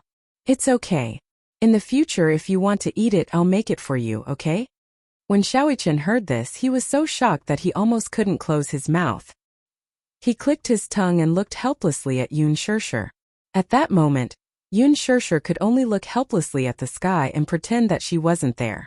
Hua Jin tried his best to cover his mouth and snigger. This was too funny. What kind of mother would trick her own son? However, this Gong Fan was so smart that he couldn't tell that Xiaoqian was just being perfunctory. How was it delicious? Just by looking at its appearance, one could tell that it tasted terrible. Moreover, looking at Xiaoqian's pained and embarrassed expression, it was enough to prove that this thing tasted terrible. Hua Jin shuddered in his heart. He was deeply in awe of Gong Fan's culinary skills. Gong Jie glanced at Xiaoqian and then at Hua Jin and winked. Hua Jin carefully leaned over and discussed with him. Why don't we explain the situation to Natalia and forget about the dessert table? If we really let Natalia eat this, she'll definitely be poisoned. It was rare that Gong Jie agreed with her. Yes. With that, he raised his head and said to Gong Fan, Xiao Fan, you don't have to make desserts. When Gong Fan heard this, he was puzzled. Why? Because, Gong Jie frowned and made up a lie. Natalia has a cold. She shouldn't eat anything too sweet. How about this? When Gong Fan heard this, he raised his eyebrows and complained, I've worked so hard for so long and finally made the donuts. You're telling me that she has a cold and doesn't want to eat them. Couldn't you have told me earlier? Gong Jie. The desserts you make have to be F*King edible. Is this food edible? Even puppies don't eat it? Hua Jin looked at Gong Fan, but he couldn't bear it. Especially when he saw the disappointment in his eyes, he felt an inexplicable sense of helplessness. Gong Fan had worked so hard to make it, he couldn't possibly let it go to waste. Forget it, he couldn't let his painstaking efforts go to waste. Hua Jin thought that he had sacrificed his life for the sake of righteousness, and should eat a piece of the donut he made. He didn't want the little guy to work so hard for nothing and feel disappointed. Although he knew that this donut would definitely taste terrible, he knew in his heart that it would definitely taste like wax when he saw Xiaoqian's expression. However, he had to warm the little guy's heart. Hence, Hua Jin clenched his fists and made an important decision. When Xiaoqian saw Hua Jin walking over, he was shocked. He desperately winked at Hua Jin, telling him not to touch Hua Jin's dark cuisine.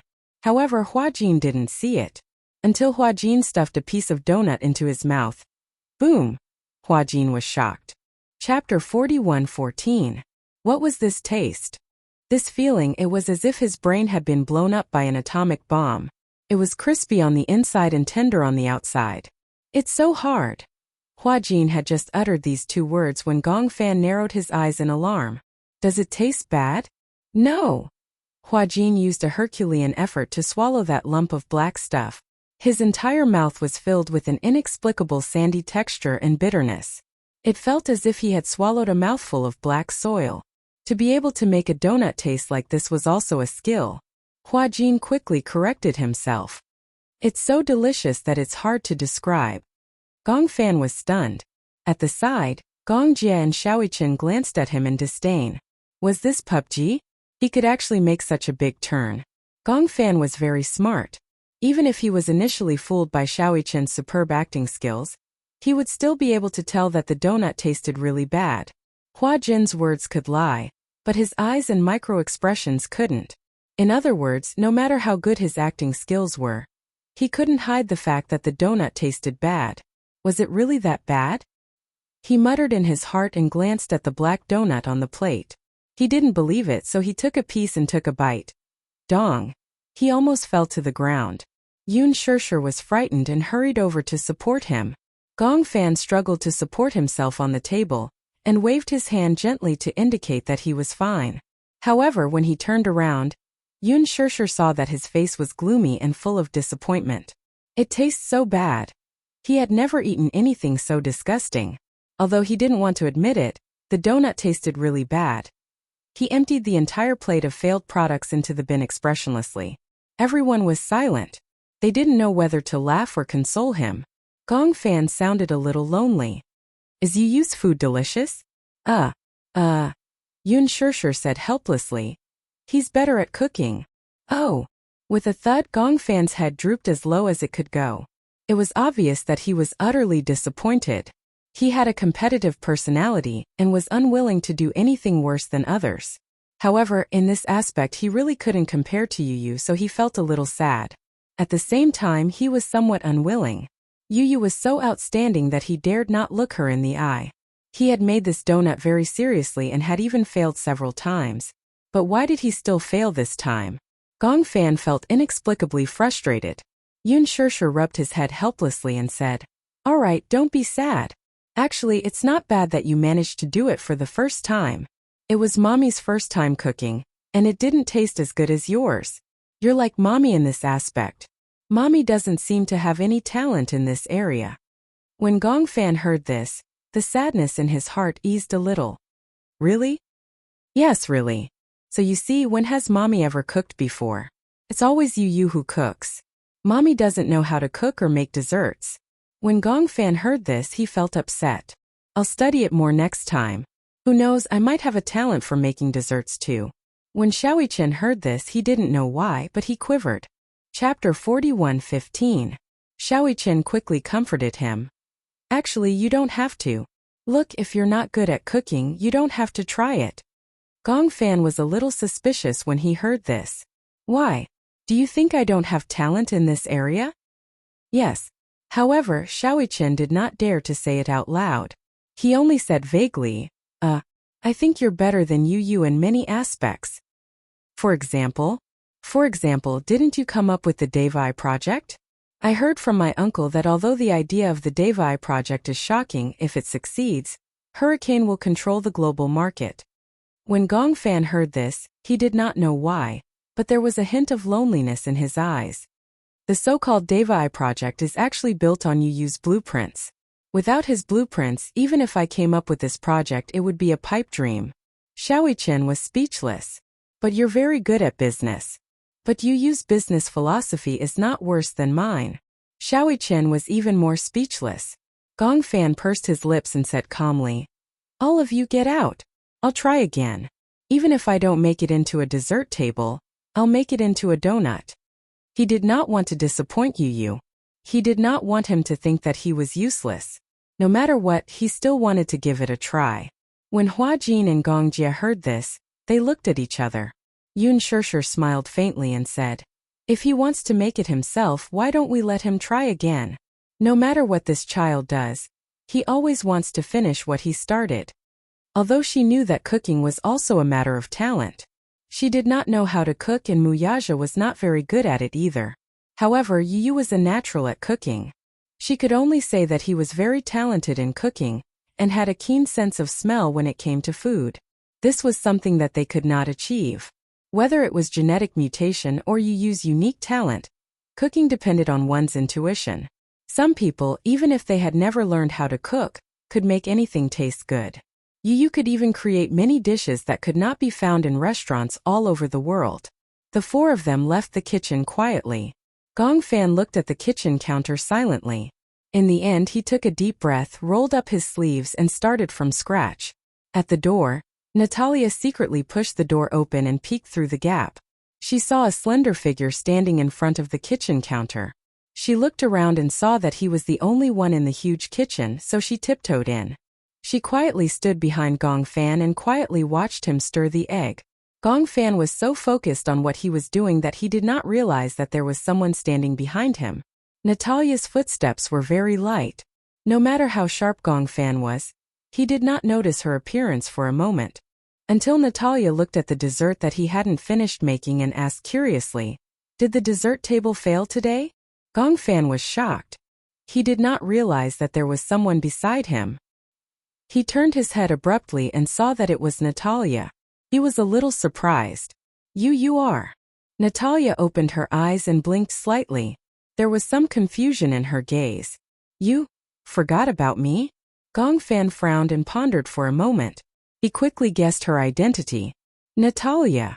Chapter 41:16. Gong Fan took a deep look at Natalia.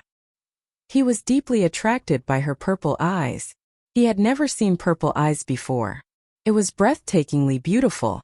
Gong Fan couldn't help but fall into a daze and couldn't react for a moment. Natalia was also stunned. She immediately recognized that although the child in front of her had Yu's body, he wasn't Yu. She seemed to have heard that Yu had dual personality. Natalia carefully observed Gongfan's somewhat unfamiliar expression and pouted slightly. You're him, right? Gongfan was stunned and didn't understand what she meant. Natalia reminded him. What's your name? Gongfan? Gongfan was shocked. How do you know my name?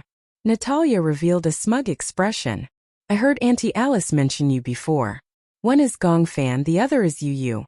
Gongfan saw that there was nowhere to hide his identity, so he said calmly, Yes, it's me. I see. Natalia turned around with her back facing him. She closed her eyes and decided to tell him her secret. Actually, I'm the same as you. Gongfan was stunned for a moment and quickly understood what she meant. You're also? Yes. I have an older sister who looks exactly like me. Her name is Natalia Lisa. However, I've always been very afraid of her. Why? She's very bad. Natalia furrowed her brows, her expression solemn. She will hurt me and others. So I'm very afraid of her. However, it's as if she lives in my body. I can't chase her away no matter how hard I try.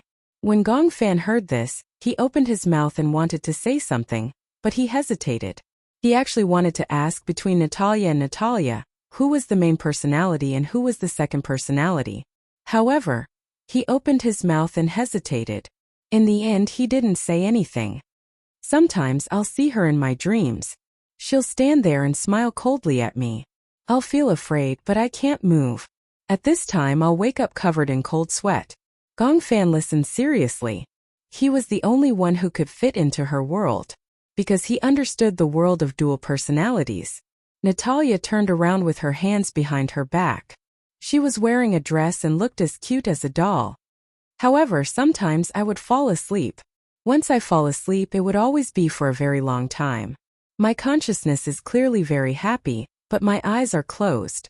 No matter how hard I try, I can't open my eyes. Gongfan also had such a resonance. I do that sometimes too. I'll sleep for a long time. No matter how hard I try to open my eyes, all I see is darkness. Natalia's voice suddenly turned cold. Feels like I'm dead. Gongfan's body stiffened. Indeed, this feeling was no different from being a walking corpse. Do you know? Natalia asked him. I've had electroshock therapy before. Electroshock treatment. Gongfan realized that the electroshock treatment she was talking about was the insane treatment plan that Yun Shirshir had mentioned before. It used electric shocks to inflict pain on people. I know that Romanka wants to chase Natalia Lisa out of my body, but Natalia always hides in my body. I can only bear the pain. Chapter 41:17. Gongfan was silent for a while before he suddenly asked curiously, Have you heard of the land of death? Natalia turned around, her eyes glinting. Are you referring to the land of exile? The land of exile? Yes. I heard the patients in the hospital mention it before. For people like us, that place is destined to be our home. Natalia paused for a moment, and her gaze deepened. What's the difference between not being needed and being exiled? Gongfan looked at her purple eyes and his heart suddenly palpitated. For some reason, he did not dare to look into her eyes.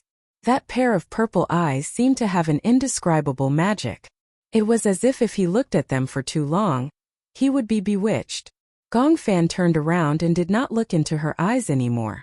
Natalia curled her lips and walked to his side with her hands behind her back. Her voice suddenly became slow and lazy. Are you willing to be exiled? What? Do you want to go there? Gongfan pursed his lips and suddenly said, I won't go there. Why? Natalia was a little puzzled. Are you so sure? They won't give up on me. You're the second personality, right? Natalia's words woke him up. Gongfan's eyes regained focus and he said in surprise, How do you know that I'm the second personality? I see the same aura in you as mine. Natalia let out a crisp laugh. Uneasiness, confusion, and a kind of loneliness that comes from being afraid of being abandoned. Don't you feel that you've been abandoned? Natalia said. Sometimes do you fall into a deep sleep for a long time? Gongfan was shocked. Could it be? Natalia was the second personality? Natalia Lisa was the first personality? Gong Fan turned around in surprise and his gaze landed on Natalia. However, she suddenly reached out a finger and gently pressed it against her lips. Shoo! He watched as she raised a hand and stretched it in front of him. Her fingertips opened slightly and a pocket watch suddenly fell and gently swayed in front of him. It began to sway. Now you don't have to think or see anything. You just have to close your eyes and listen to what you can hear. Natalia's words seemed to have some sort of magical power. Her breath smelled like orchids, and her cherry blossom-colored lips moved slightly as she spat out a few words with a languid tone. Did you hear that? Crack, crack, crack. The sound of the pocket watches ticking suddenly drowned out all the noise. In that instant, all Gong Fan could hear was the sound of the needle turning. Crack, crack. Gong Fan suddenly felt his eyelids getting heavier and heavier. He tried his best to open his eyes, but his eyelids grew heavier and heavier. Gradually he could no longer hold on. His eyelids gradually closed, and his world gradually fell into darkness. Daddy? Gong Jia and Hua Jin were sitting in the living room when they suddenly heard a kitten-like sound. Hua Jin stood up and saw Natalia leaning against the door. She said timidly, "It's you again. What's wrong?" Hua Jin saw that she had sneaked into the kitchen and was a little curious. Chapter 41:18. It's not like that, Natalia said hesitantly. It seems like he suddenly fainted. What? While Hua Jin and Gong Jia were still stunned, Yun Shishir and Xiaoyichen did not have time to say a word. They stood up nervously and walked toward the kitchen. When they walked into the kitchen, they saw Gong Fan leaning against the wall and lying on the ground. His face was pale.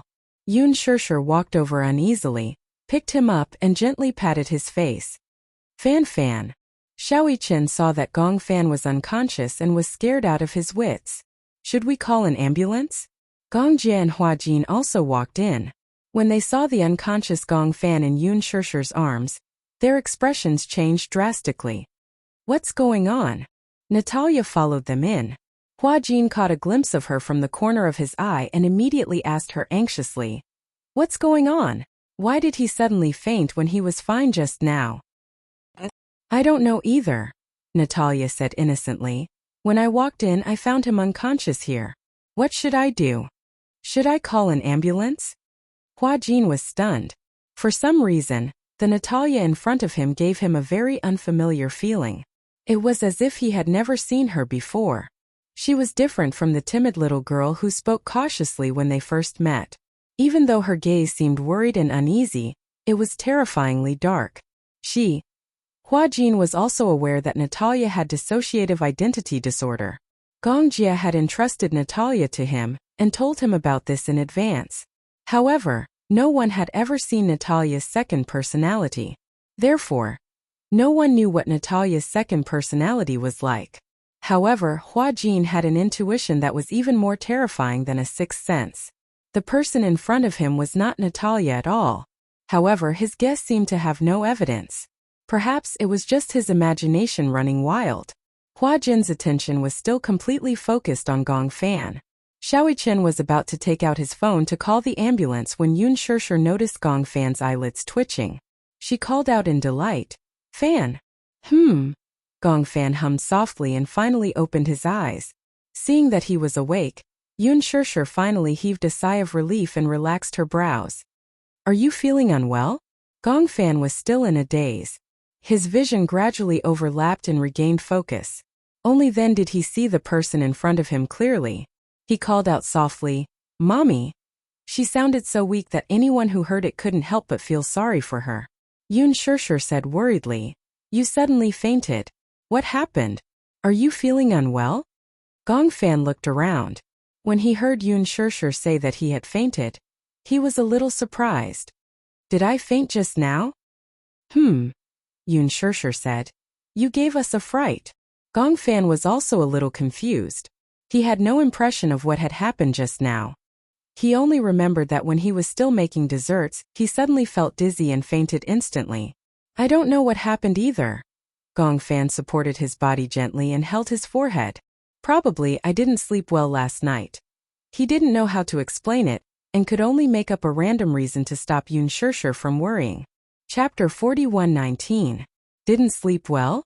Even if she didn't sleep well, she wouldn't have fainted. However, no one knew what had happened to him. The doctor couldn't find anything even if they went to the hospital. Ever since Yu returned, Yun Shirshir knew that Yu had been trying to get along with Yu peacefully.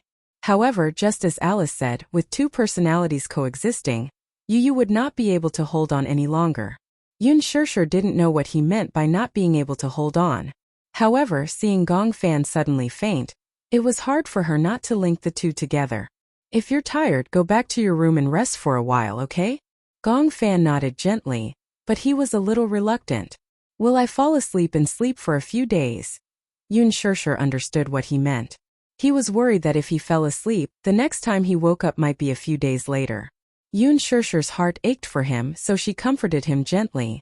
Then, Mommy will stay with you, okay? Just lie on the bed. Mommy won't leave, okay? Gong Fan nodded his head lightly. Yun Shirshir carried Gong Fan and stood up. Gong Fan had grown taller and heavier, so it wasn't as easy to carry him as before. Xiaoqian supported him a little. With the man in her arms, Yun Shirshir turned around and said guiltily, I'm sorry, Natalia. Today he's not feeling well. We'll talk about the dessert counter later, but since he promised to cook for you, he'll definitely keep his promise. But today, Natalia was stunned and hurriedly said, It's okay. If he's not feeling well, he can lie on the bed for a while. Okay. Yun Shirshir carried Gong Fan to the bedroom. Hua Jin said, I'll go get 2 cups of hot water and send them to the room. Gong Jia nodded. Go ahead. In the bedroom, Yun Shirshir gently placed Gong Fan on the bed and covered him with the blanket. Just as she was about to get up to draw the curtains, Gong Fan thought that she was going to leave and nervously tugged at her clothes. When Yun Shirshir saw this, she laughed involuntarily and said softly, Mommy is going to draw the curtains. Don't leave, okay? Only then did Gong Fan release his fingers in relief. Yun Shirshir drew the curtains and immediately returned to the bedside. When she saw Gong Fan's gaze on her, she knew that he was afraid that she would accidentally fall asleep, so she secretly left. She was clear in her heart. Gong Fan's dependence on her was even greater than Yu's on her. She took off her coat and crawled under the blankets. Hugging him, she coaxed, You don't believe Mommy's words? Of course. Mommy said I won't leave and will stay here with you. I feel like you don't believe me. Gong Fan bit his lips and did not say anything. Yun Shirshir gently pinched the tip of his nose and said helplessly, Mommy doesn't mean to blame you. I just feel that if you're tired, you can close your eyes and sleep peacefully. If you don't want to sleep, you can close your eyes. Mommy will accompany you. Mommy? Yes. I want to hear you sing. Gong Fan paused and immediately said, It's okay if you don't sing. Talk to me. When Yun Shirshir heard this, she asked, What song do you want to listen to? Anything is fine. He didn't know why, but all of a sudden he was extremely tired. He really wanted to sleep, but he couldn't sleep well. If he listened to her voice, it would probably be better. That was what he thought. Chapter 41:20. Outside the door, Xiaoqian stood at the door. Through the gap, he saw Yun Shirshir hugging Gong Fan in the bedroom. He frowned and turned around with a grave expression. Hua Jin stood behind him with 2 glasses of water in his hands. He lowered his voice and asked, How is he? Has he fallen asleep? Xiaoqian shook his head. I can't see clearly, but Mommy is coaxing him to sleep. Then, Hua Jin looked at the 2 glasses of water in his hands. Should I bring this in? Don't. We don't want to disturb little brother. Okay. Hua Jin turned around and placed the glasses of water on the cabinet. His expression was grave. Gong Fan's sudden fainting was not a small matter. Why would something like this happen out of the blue? Has he been like this in the past? Hua Jin couldn't help but ask. Little Yichen shook his head. No, I don't. Then, Xiaoqian continued, little brother has never fainted out of the blue. Although he wasn't in good health in the past, this has never happened before. Gong Jia walked over and peeked through the gap in the door. When he saw the mother and son lying on the bed, he was relieved and gently closed the door. Let him sleep for a while. Hua Jin knew that Gong Jia was very knowledgeable. He asked worriedly, Is he all right? Gong Jia glanced at him with disdain. How would I know? All right, he had asked for nothing. I also feel that there is something unusual about him fainting this time. Gong Jie paused and said, I'll ask Alice later. We can't jump to conclusions now. Okay. After Gong Jie and Xiaoyichen walked away, Hua Jin turned around and suddenly saw a slender figure standing at the door of another room not far away. He focused his gaze and saw that it was Natalia. He saw her leaning against the door and secretly looking over. When she realized that Hua Jin was looking at her, she was obviously stunned. She did not think that she would be discovered, so she quickly closed the door. Hua Jin frowned and narrowed his eyes suspiciously. Natalia's second personality? Gong Jie held the glass of water and his expression froze for a moment. I have never seen it before. I feel that Natalia is a little strange today. Also, didn't you say that she has a split personality? I don't think I've seen her second personality. Gong Jie became suspicious when he heard that. Now that you mention it, I did forget that she has dual personality disorder. Gong Fan is Yu's second personality, Yu is the main personality, and Gong Fan is the second personality. If Natalia is the main personality, what is the name of the second personality? You're still here now. After you leave, if her second personality appears, a completely unfamiliar personality, I won't be able to handle it. Gong Jie raised his eyebrows. Are you that reliant on me? Hua Jin felt extremely awkward when he heard such ambiguous words. Don't misinterpret my meaning.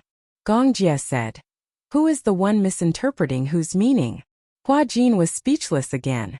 This man always seemed to have the ability to twist the truth. Xiaoyichen understood what Hua Jin meant. You're worried that Natalia's second personality is not a good person? You've never seen Natalia's second personality, right? Chapter 41-21. Hua Jin said this because he felt that Natalia was too strange today. Gong Fan had been fine in the kitchen, but after she walked in, he fainted for no reason. What was even more frightening was that he inadvertently caught a glimpse of Natalia's face as she looked at Gong Fan. There was an indescribable coldness. It made him feel a little unfamiliar. Gong Jie felt a little helpless. He had already stayed here for too long.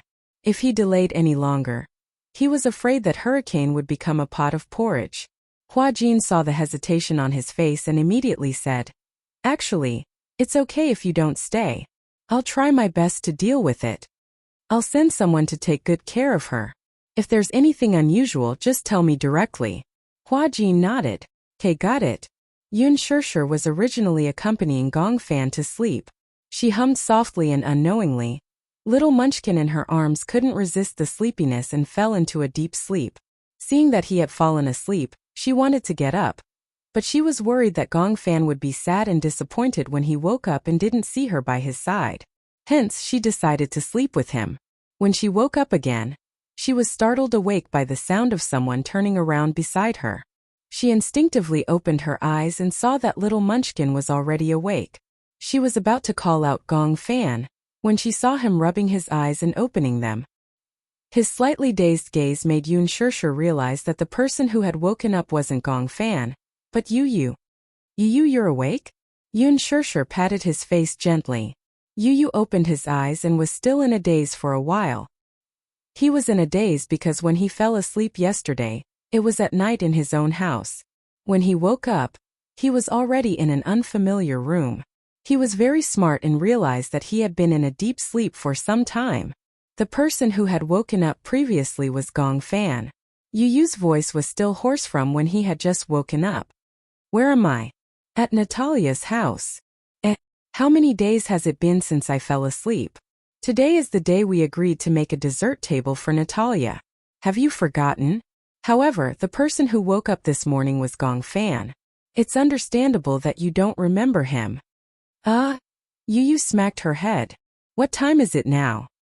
It's already past noon. I've already asked her for leave. Why? Yu paused and immediately reacted. Oh, I forgot. Gong Fan doesn't know how to make desserts. He tried to do it for you today. Perhaps he felt that since you agreed to it, even if it was him, he couldn't go against the agreement.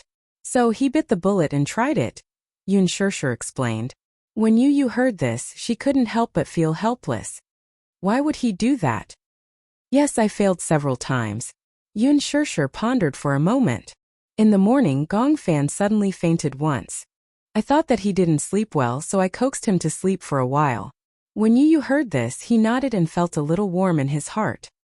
He also realized that when he opened his eyes just now, Yun Shirshir was stunned for a moment, but she still recognized that he was not Gong Fan but Yu.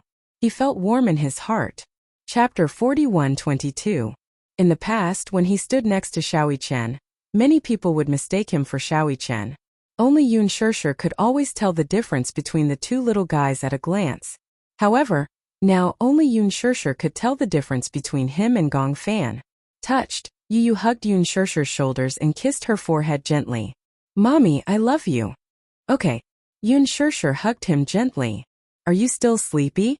Do you want to sleep for a while more?" "I'm not sleepy. I just want to hug Mommy like this." As Yu spoke, he gently snuggled his little head into her embrace. Yun Shirshir couldn't help but chide him. "You're already so old, yet you're still so clingy to Mommy. Do you still want to get a wife in the future?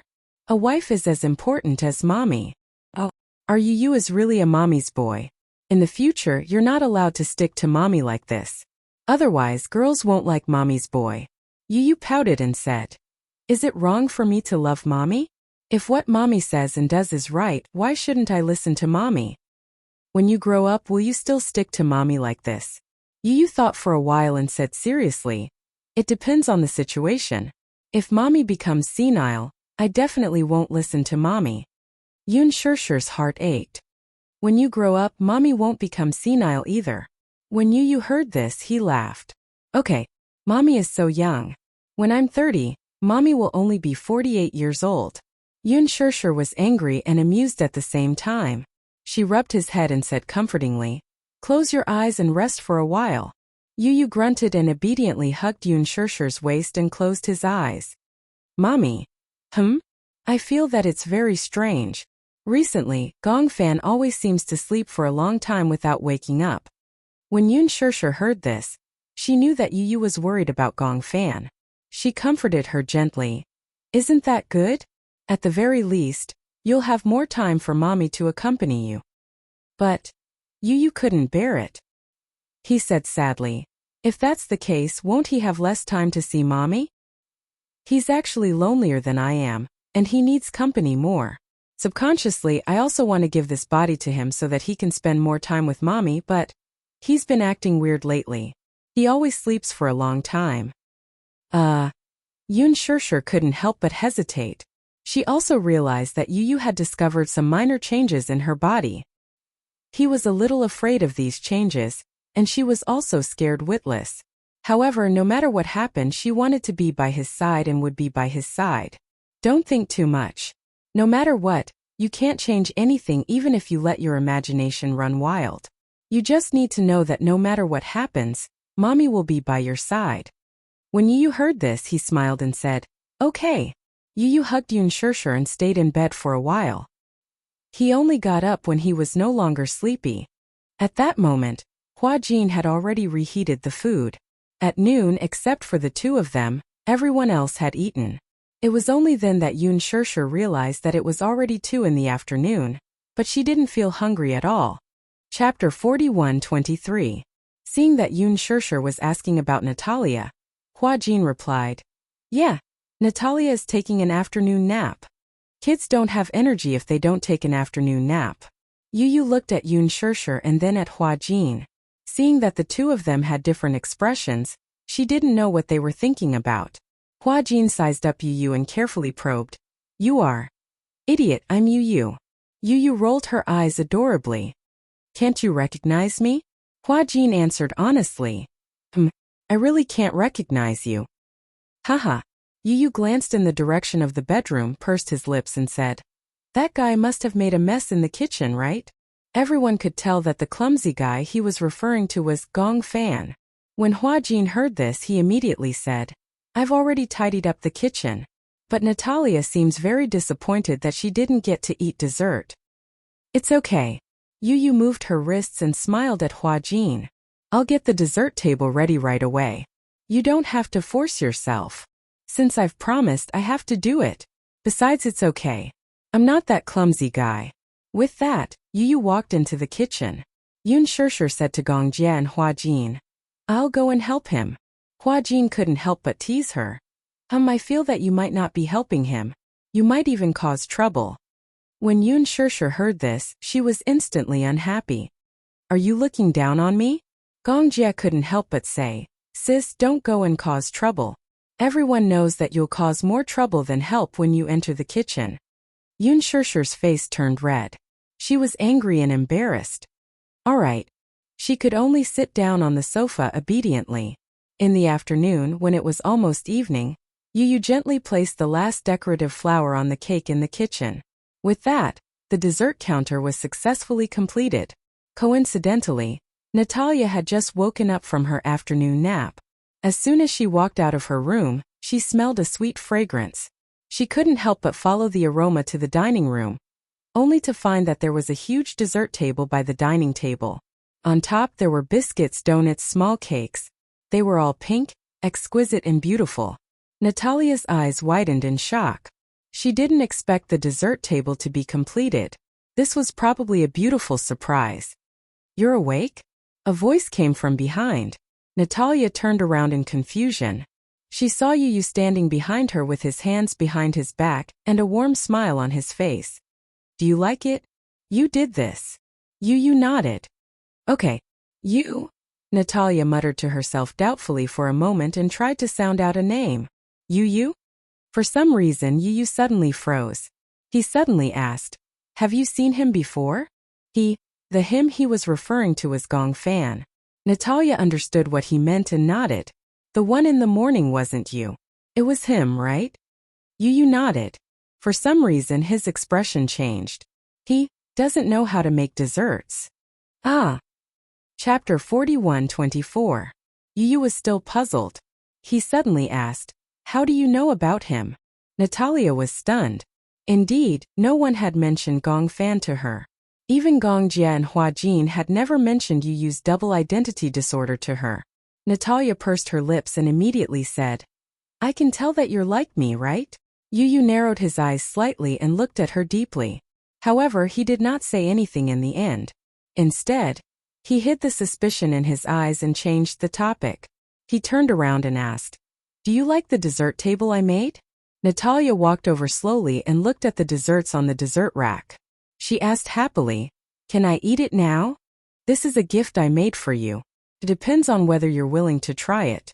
Yu was a gentleman. His every word and action were like that of a noble son who had been educated in etiquette. Natalia said sweetly, Of course. I love desserts the most. As she spoke, she carefully picked up a donut and couldn't wait to put it into her mouth. Yu looked at her quietly. There was no trace of emotion on his face.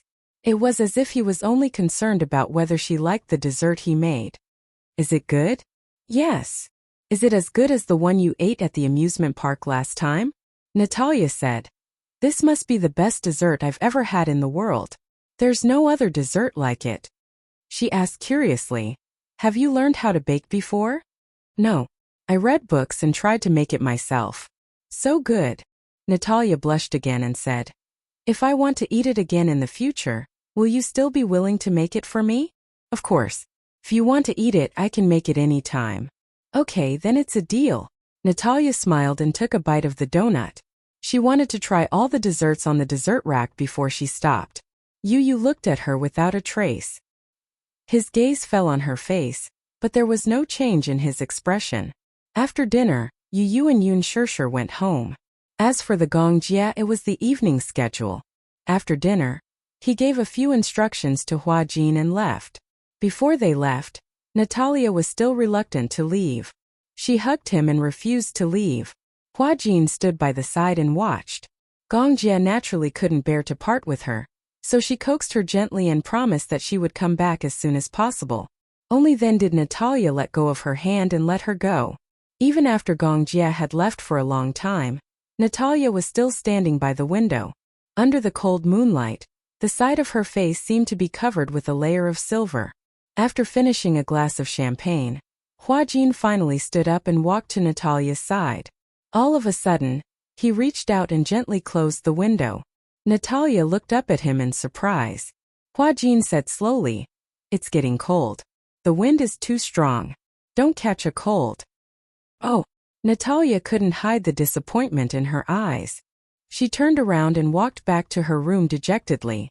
Hua-Jin looked at her back in silence. Finally, he couldn't suppress the suspicion in his heart. He took a deep breath and suddenly spoke. Who are you? His voice was very soft. Even if a needle fell to the ground, it would be able to drown out his voice. However, Natalia heard it very clearly. Her back stiffened. Chapter 41:25. Who am I?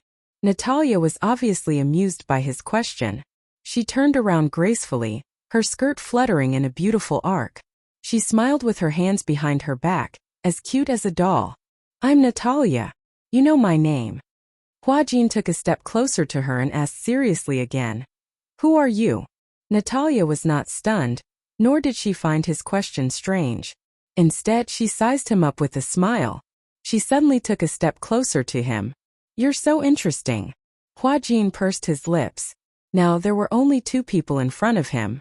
There was no one else. Hua-Jin voiced all the doubts in his heart. You don't seem to be Natalia. Natalia smiled but did not say anything. Oh? Why? You're deliberately imitating her. But you can't imitate her temperament. Natalia is very elegant and polite, but she doesn't like to talk. She's afraid of strangers, but she's very careful. You, on the other hand, don't fit in with her at all. Although Hua-Jin had only spent a few days with Natalia, he knew that she was too simple-minded. She was as simple as a piece of unpolished jade without any decorations. Simple and easy to understand.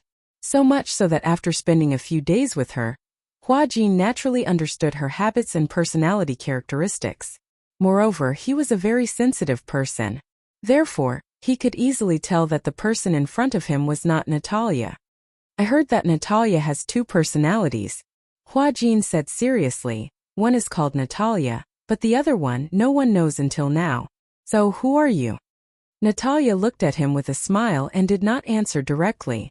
Instead, she said lightly, Natalia has two personalities. One is called Natalia. She walked softly to the window. She did not look at Hua-Jin. Instead, she looked at the fog on the window and looked at the bright moon through the window. The moon was as bright as frost. Pouring into the windowsill, there was an inexplicable sense of coldness. She gently placed her hands on the window and lowered her eyes. The moonlight flowed down along her eyelashes. There was an indescribable elegance, but at the same time indifference. Natalia doesn't like to talk. She's timid and afraid of strangers, but she draws very well. She likes to sing and listen to other people sing.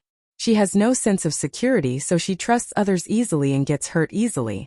After a pause, she used her fingertips to elegantly draw on the window. Her dark red lips actually had a touch of flirtatious beauty. Like a fairy. It also looked like an elf. So, she gradually learned to protect herself and stop trusting others easily. That's why she doesn't have any friends, but she does have friends. I'm her friend. You're her friend. Hua-Jin frowned and asked suspiciously. What's your name? Could it be Natalia's other personality? Natalia looked back at him and narrowed her eyes slightly. Hua-Jin's tone became gentle.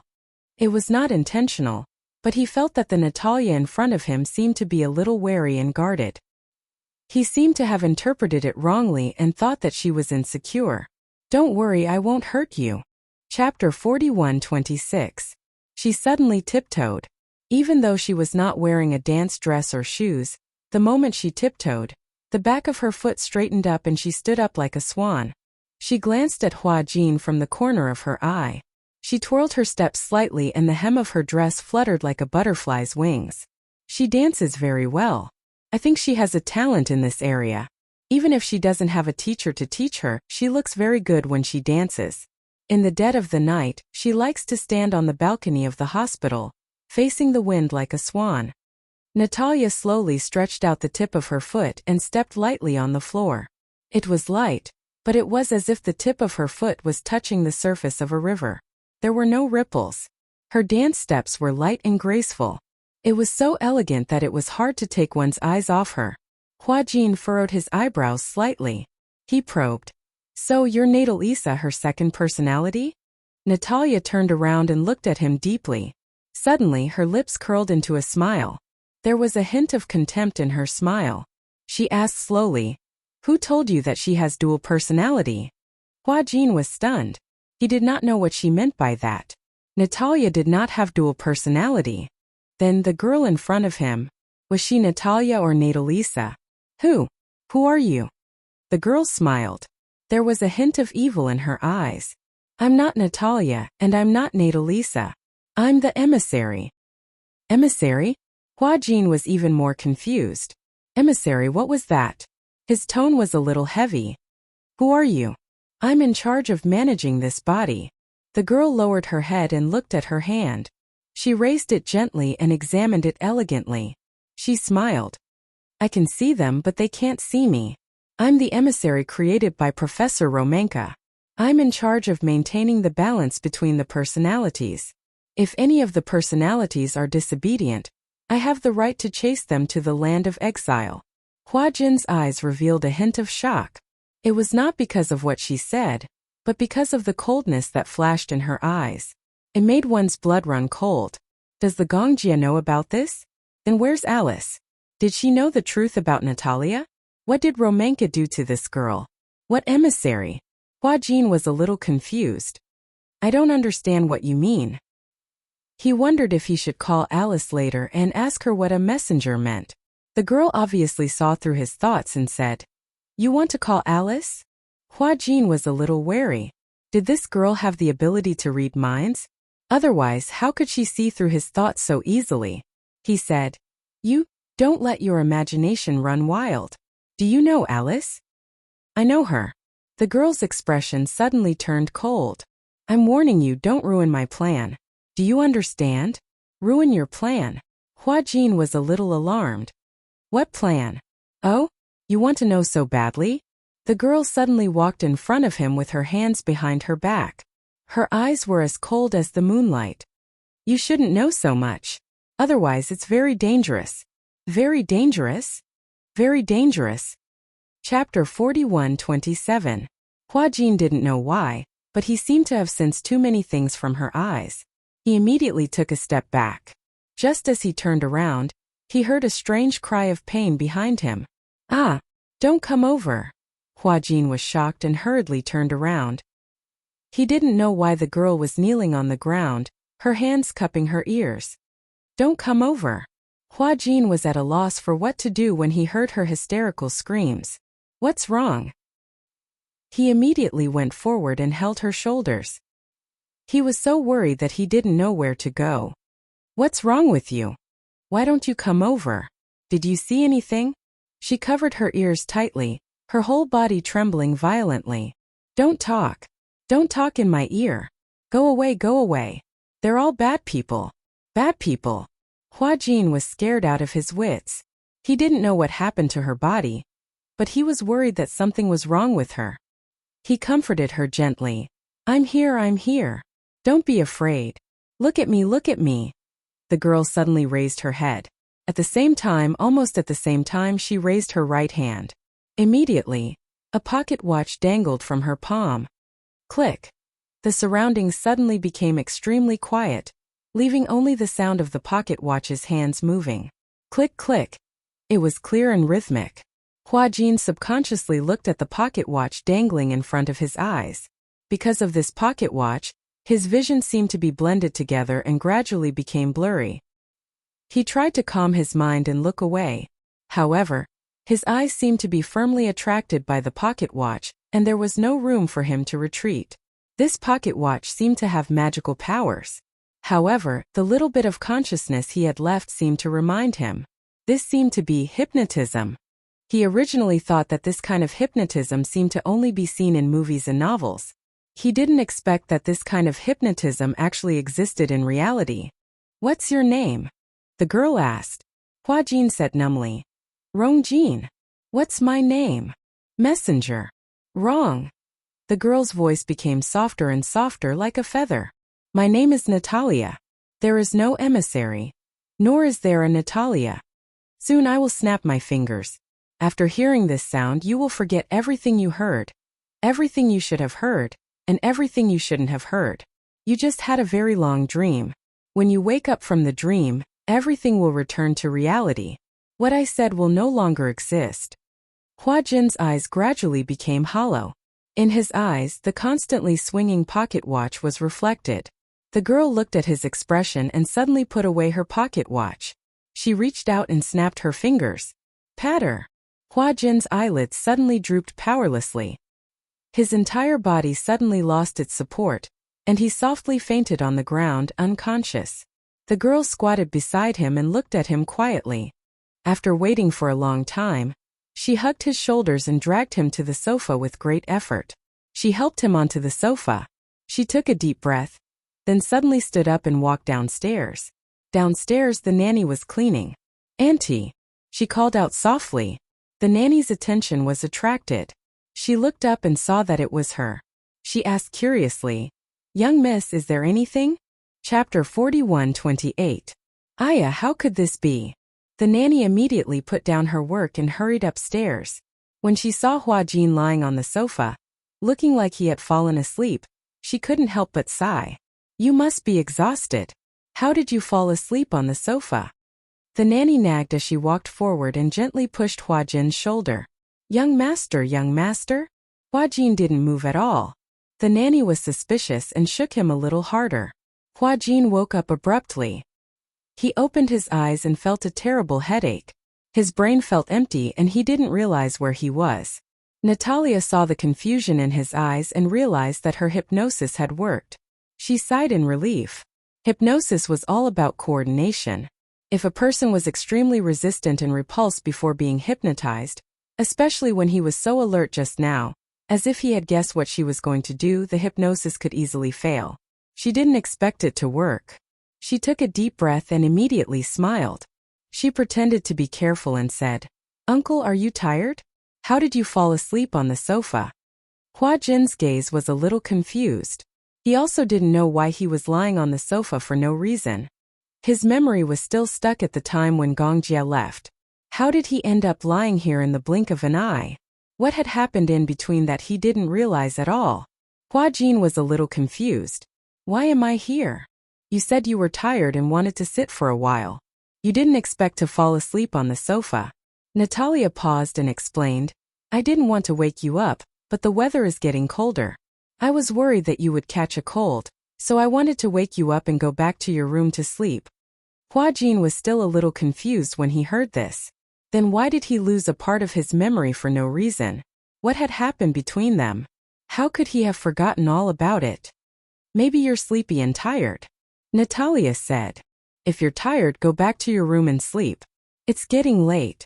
Go to bed early." As she spoke, she yawned. "I feel sleepy too. I'm going back to my room to rest. Good night." Hua Jin nodded, but he was still in a daze. His head felt empty. He didn't like this feeling. It was as if he had lost his memory. At that moment, he seemed to understand why Yu had once told him that the memories of the two personalities were always blank and how painful it was. It was as if he had lost his memory. Hua Jin gently hit his head and racked his brain for a while, but he couldn't remember what had happened. So he stood up and grabbed his coat.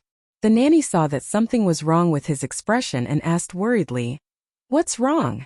"I don't feel well," Hua Jin said weakly. "I'm tired.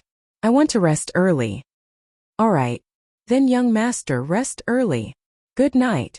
And Hua Jin walked towards the bedroom. The nanny looked at his back view hesitantly. Just now, she stood at the top of the stairs and vaguely heard the sound of something heavy falling to the ground.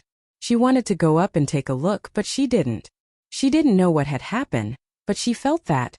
Chapter 41:29. Gong Fan had become very strange recently. He couldn't put his finger on it, but one day the time he slept became longer and longer, and the time he was awake became less and less. It was as if he was on the verge of disappearing. Yu found it very strange. He didn't deliberately suppress him. However, the time Gong Fan woke up became more and more unpredictable. Yu didn't know what happened to make him like this. Gong Fan hasn't been online for a long time. Lying on his stomach on the bed, little Li Chen rested his head on his hands and complained to Yu. "So much so that no one plays games with me." Xiao Chen had been obsessed with a game recently. It was an FPS shooting game. Yu couldn't remember the name of the game, but the background of the game seemed to be on a deserted island. There were a total of 100 players who jumped onto the island in the form of parachutes. There were all kinds of vehicles, guns, and explosives on the island. The player who survived to the end would obtain supreme glory. Gong Jia was the first to play this game. Later, Xiaoqian followed suit and started to play with Gong Jia. In the end, Gong Jia thought that he was a scammer. Xiaoqian's marksmanship was top-notch in real life, but in the game he was a scammer. This game wasn't a game that could be played well simply by having good marksmanship. The most important thing was to have dynamic vision, insight, and even hearing. The opponent could be hiding in the corner, on the roof, or behind the sofa. The one who discovered the enemy first had a chance of winning. Gong Jia didn't want to play with Xiaoqian, so he made an excuse and said that he only wanted to play with 4 people. If Xiaoqian could gather 4 people, he would play with Xiaoqian.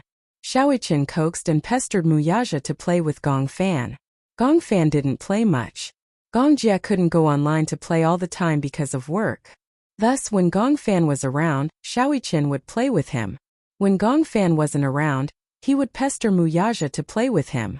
Gong Fan was surprisingly good at this game. Most importantly, he was patient and had a steady state of mind. In a calm state, he could hunt his opponents gracefully and calmly. Xiaoqian loved playing with him. Gong Fan's insight was extremely shocking. Once he discovered an enemy, he would also report the exact location to Xiaoqian. Therefore, as long as Gong Jia was around, Xiaoqian would abandon Muyaja and Gong Jia without hesitation and hug his younger brother's thigh tightly. However, Gong Fan had not been online for a while, so Xiaoqian muttered. Not being able to play the game was a small matter, but Xiaoqian was vaguely worried that something had happened to Gong Fan. Yu saw Xiaoqian lying on the bed in boredom. He was staring at the screen of his phone with his mouth behind his back. On the screen was a picture of the battle results. He had just lost the game and was feeling depressed. His mentality was a little explosive. Yu was speechless. I see that you've been addicted to playing games recently. Mommy said that if you continue to be so addicted, she'll consider cutting off your internet connection. It's impossible to cut off my internet connection unless he cuts off the internet connection for the whole family. It's impossible to cut off the internet connection, but it's not impossible to confiscate your phone. Xiaoqian glanced at him and opened his mouth, but he didn't say anything. Yu saw that he obviously had something to ask and snorted. You seem to have something to say. Chapter 41:30. He lay on his stomach on the bed and propped his head up with his hands.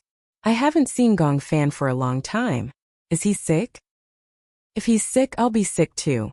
Then, Xiaoqian couldn't think of any other reason. He sighed and said, I'm just a little worried. Are you really worried? Or are you bored because there's no one to play games with?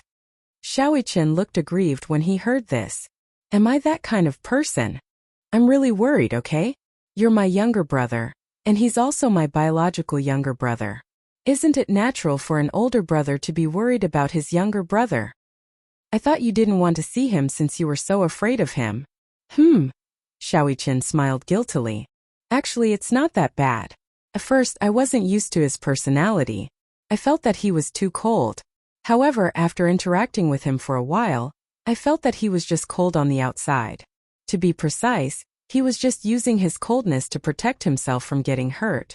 I feel that he must be someone who lacks a sense of security. That's why he doesn't want anyone to walk into his heart so easily. Yu rubbed his head and said, All right, don't let your imagination run wild. Play your game. Xiaoqian rested his head on his chest and looked at him innocently with his big, watery eyes. Are you playing? Yu glanced at him coldly. To put it bluntly, you want me to play games with you. Xiaoqian blinked his eyes in a flattering manner. Let's play together. This game is really fun. Even Gong Fan is a little addicted to it. Daddy has been playing it whenever he's free. What game? Chicken. Chicken. Yu thought that he had heard wrongly. What do you want to eat? Chicken. Yu thought for a moment. He couldn't help but imagine a scene in his mind. On a patch of green grass, a large minion was eating a chicken. It sounded like a childish game. It sounds so boring. Actually, chicken dinner is just a nickname. The real name of this game is PlayerUnknown's Battleground. PUBG. Yes. It's just fun. I have an account. I'll lend it to you. Yu muttered. I don't know how to play this game. If you don't know, I can teach you first. It's very simple and easy to learn. It's just that it's a little difficult to get first place. Anyway, once you start playing, don't think about getting chicken dinner. Just think about how to familiarize yourself with the controls. Without hesitation, Xiaoqin dragged Yu into his study room and pushed him in front of the computer. Yu and Xiaoqin each had a different study room. Originally, there were only 2 study rooms. One was for Muyage's personal use and the other was for Yu and Xiaoqin to share. In fact, it was not a problem for the 2 of them to share a study room. Yu used the study room more. Xiaoqin did not use the study room much other than doing his homework. Later on, Xiaoqin started playing games. Hence, he asked for a study room of his own. Coincidentally, there was an empty room on the 2nd floor. After some decorations, it became his personal study room. Compared to Yu's study room, Xiaoqin's study room was renovated later on. Hence, it was full of technological vibes. It was all intelligent systems. Intelligent curtains, intelligent doors and windows, intelligent stereo, intelligent bookshelves. Chapter 41:31. As soon as Xiaoqin opened the door, he instructed the artificial intelligence. Close the curtains. After a second of reaction, the curtains slowly closed by themselves. Turn on the lights. The lights turned on with a pop sound. Then Yu saw 3 supercomputers. They were called supercomputers because these 3 computers were equipped with gaming equipment such as keyboards, mice, speakers, and earbuds. They were all the best equipment available on the market. It was said that Xiaoqin had taken this study out of his New Year's money account. It was also said that Xiaoqin's New Year's money account was at least a 9-figure sum. These pieces of equipment were nothing to him. Yu sat down on the computer chair curiously. This computer chair had a massage function. At the same time, it was built according to ergonomic standards to prevent cervical and lumbar spine problems caused by prolonged gaming. Sitting on it, he felt that his whole body was surrounded. It was indeed very comfortable. Yu frowned. Where's the display? Wait a minute. Xiaoqin pressed a button. After a while, the display shelf slowly lowered from above his head. There were a total of 3 displays on the shelf. The one in the middle was a curved screen. For the sake of playing a game, Chen would use the best configuration no matter what. Xiaoqin helped him log into the game account. Yu was confused throughout. This is the European server. It's a European server. However, there are still many players in China. Xiaoqin explained the rules of the game to him. Do you know about mercenaries? Yes. There are 100 players participating in each game. The players' characters are mercenaries. They parachute to every corner of the island and look for weapons, vehicles, and supplies with their bare hands. They also fight in various terrains. To win, strategy and marksmanship are equally important. In each game, the safe zone will be changed randomly. The weapons and items obtained in each zone will appear randomly. If you can survive until the end, you will win. In other words, the other 99 players are losers, said the boy in a low voice. You could say that. Then why is this game called Chicken Dinner? Winner winner chicken dinner, have you heard of it? Yes, I have. That's a saying from a Las Vegas casino. A long time ago, every Ellis the casinos in Vegas had a rice dish that consisted of 3 pieces of chicken, potatoes, and vegetables. The standard reward for winning a bet was so if you won once, you would have enough money to buy a chicken rice dish. If you get first place in this game, that's what you'll get. In other words, you'll get chicken dinner tonight. That's how the nickname came about. Oh. However, not every player can be so lucky to get chicken dinner. Yu asked, is Gongfan very good at this game? Super awesome. Xiaoqin had a look of disbelief on his face. Every time I get a chicken dinner, it's because he brought me to play. I remember that when he played games, his marksmanship was not as good as yours. Chapter 41:32. As Yu listened, he recalled the words that Gongfan left in his notebook. I don't want to play games with Xiaoqin anymore. He's always dragging me down. How can he be so stupid? Moreover, this game is so boring. It's a waste of time. Yu wondered what Xiaoqin would do if he knew what Gongfan said about him. Don't you think that you're playing very badly? Xiaoqin blushed. He did not look at him directly. Instead, he walked to the side awkwardly and said softly, I think my skills are okay. This game is not easy to begin with. It's already not easy for me to play it like this. If it's a solo match, I can make it to the final circle. Wow, is this something worth bragging about? Yu Yu was curious. What was so charming about this game that even his picky brother had fallen for it? He heard that his uncle and daddy had fallen for the game as well. He logged into the game and was matched with an opponent. The next second, the screen was loaded into the spawn area. Yu Yu realized that his character was a girl. He was wearing a white shirt and a skirt with a pair of sunglasses. It reminded him of how Lisa would look like when she grew up. The spawn area was noisy. As the microphone was connected to the public channel, it was extremely noisy. Yu Yu found the switch to turn off the microphone. Suddenly, a voice entered his ears. Are you a big sister? Yu Yu was shocked. When he came to his senses, he realized that a man with a rough appearance and a soft voice was standing in front of him. It was as if he could see the man's curious gaze through the screen. Just as Yu Yu was about to turn off the voice chat, Xiaoyi-Chen covered his earpiece and spoke into the microphone with a coquettish voice. Big brother, how old are you? Wow. The man immediately looked at Xiaoyi-Chen's avatar. Yu Yu turned his view as well, only to see that little Yi-Chen had also created a female avatar. He despised him in his heart. You're a guy. Why are all your avatars female? Xiaoyi-Chen covered the microphone and complained. Because the men in this game are all unshaven. They're so ugly and rough. Then he spoke into the microphone. Big brother, can you take me to chicken dinner? Yu Yu's forehead was covered in cold sweat. Little Yi-Chen had yet to change his voice. Before that, his voice was no different from a girl's. Then through the microphone's rendering, the male player on the other side quickly believed her. Wow, it's really a girl. His teammate ran over from the side and reminded him. Don't be fooled. There are a lot of players pretending to be girls these days. Do they have voice-changing software? Little Yi-Chen immediately said in a coquettish tone. I'm not pretending. Oh, only an idiot would believe it. How could a woman claim to be a girl? Yu Yu thought that no one would believe Xiaoyi-Chen's words. However, he had obviously overestimated the IQ of this nerd in the game. You sound like a girl. You sound like a soft girl. Girl, your voice is so nice. What's your name? Xiaoyi-Chen held back his laughter and smiled. Yue Yao. Pfft. Yu Yu could not hold it in and almost spat it out. Chapter 41:33. Little Yi-Chen was simply out of his mind. Even his own sister was being cheated by him? Yu Yu was speechless. If Yue Yao finds out that you've tricked her like this, she'll definitely draw circles and curse you. You said it yourself. How could a sister bear to draw circles and curse her own brother? The game had begun. On the plane, the two men were still chatting with Xiaoyi-Chen. It was obvious that they believed that Xiaoyi-Chen was really a girl. Along the way, they kept beating around the bush. Miss, how old are you this year? I'm 18. Do you have a boyfriend? Why would an 18-year-old have a boyfriend? I'm so addicted to gaming that I'm not in the mood to date. Yu Yu was expressionless the entire time. All she could do was listen to Xiaoyi-Chen's nonsense. Miss, where do you want to jump to later?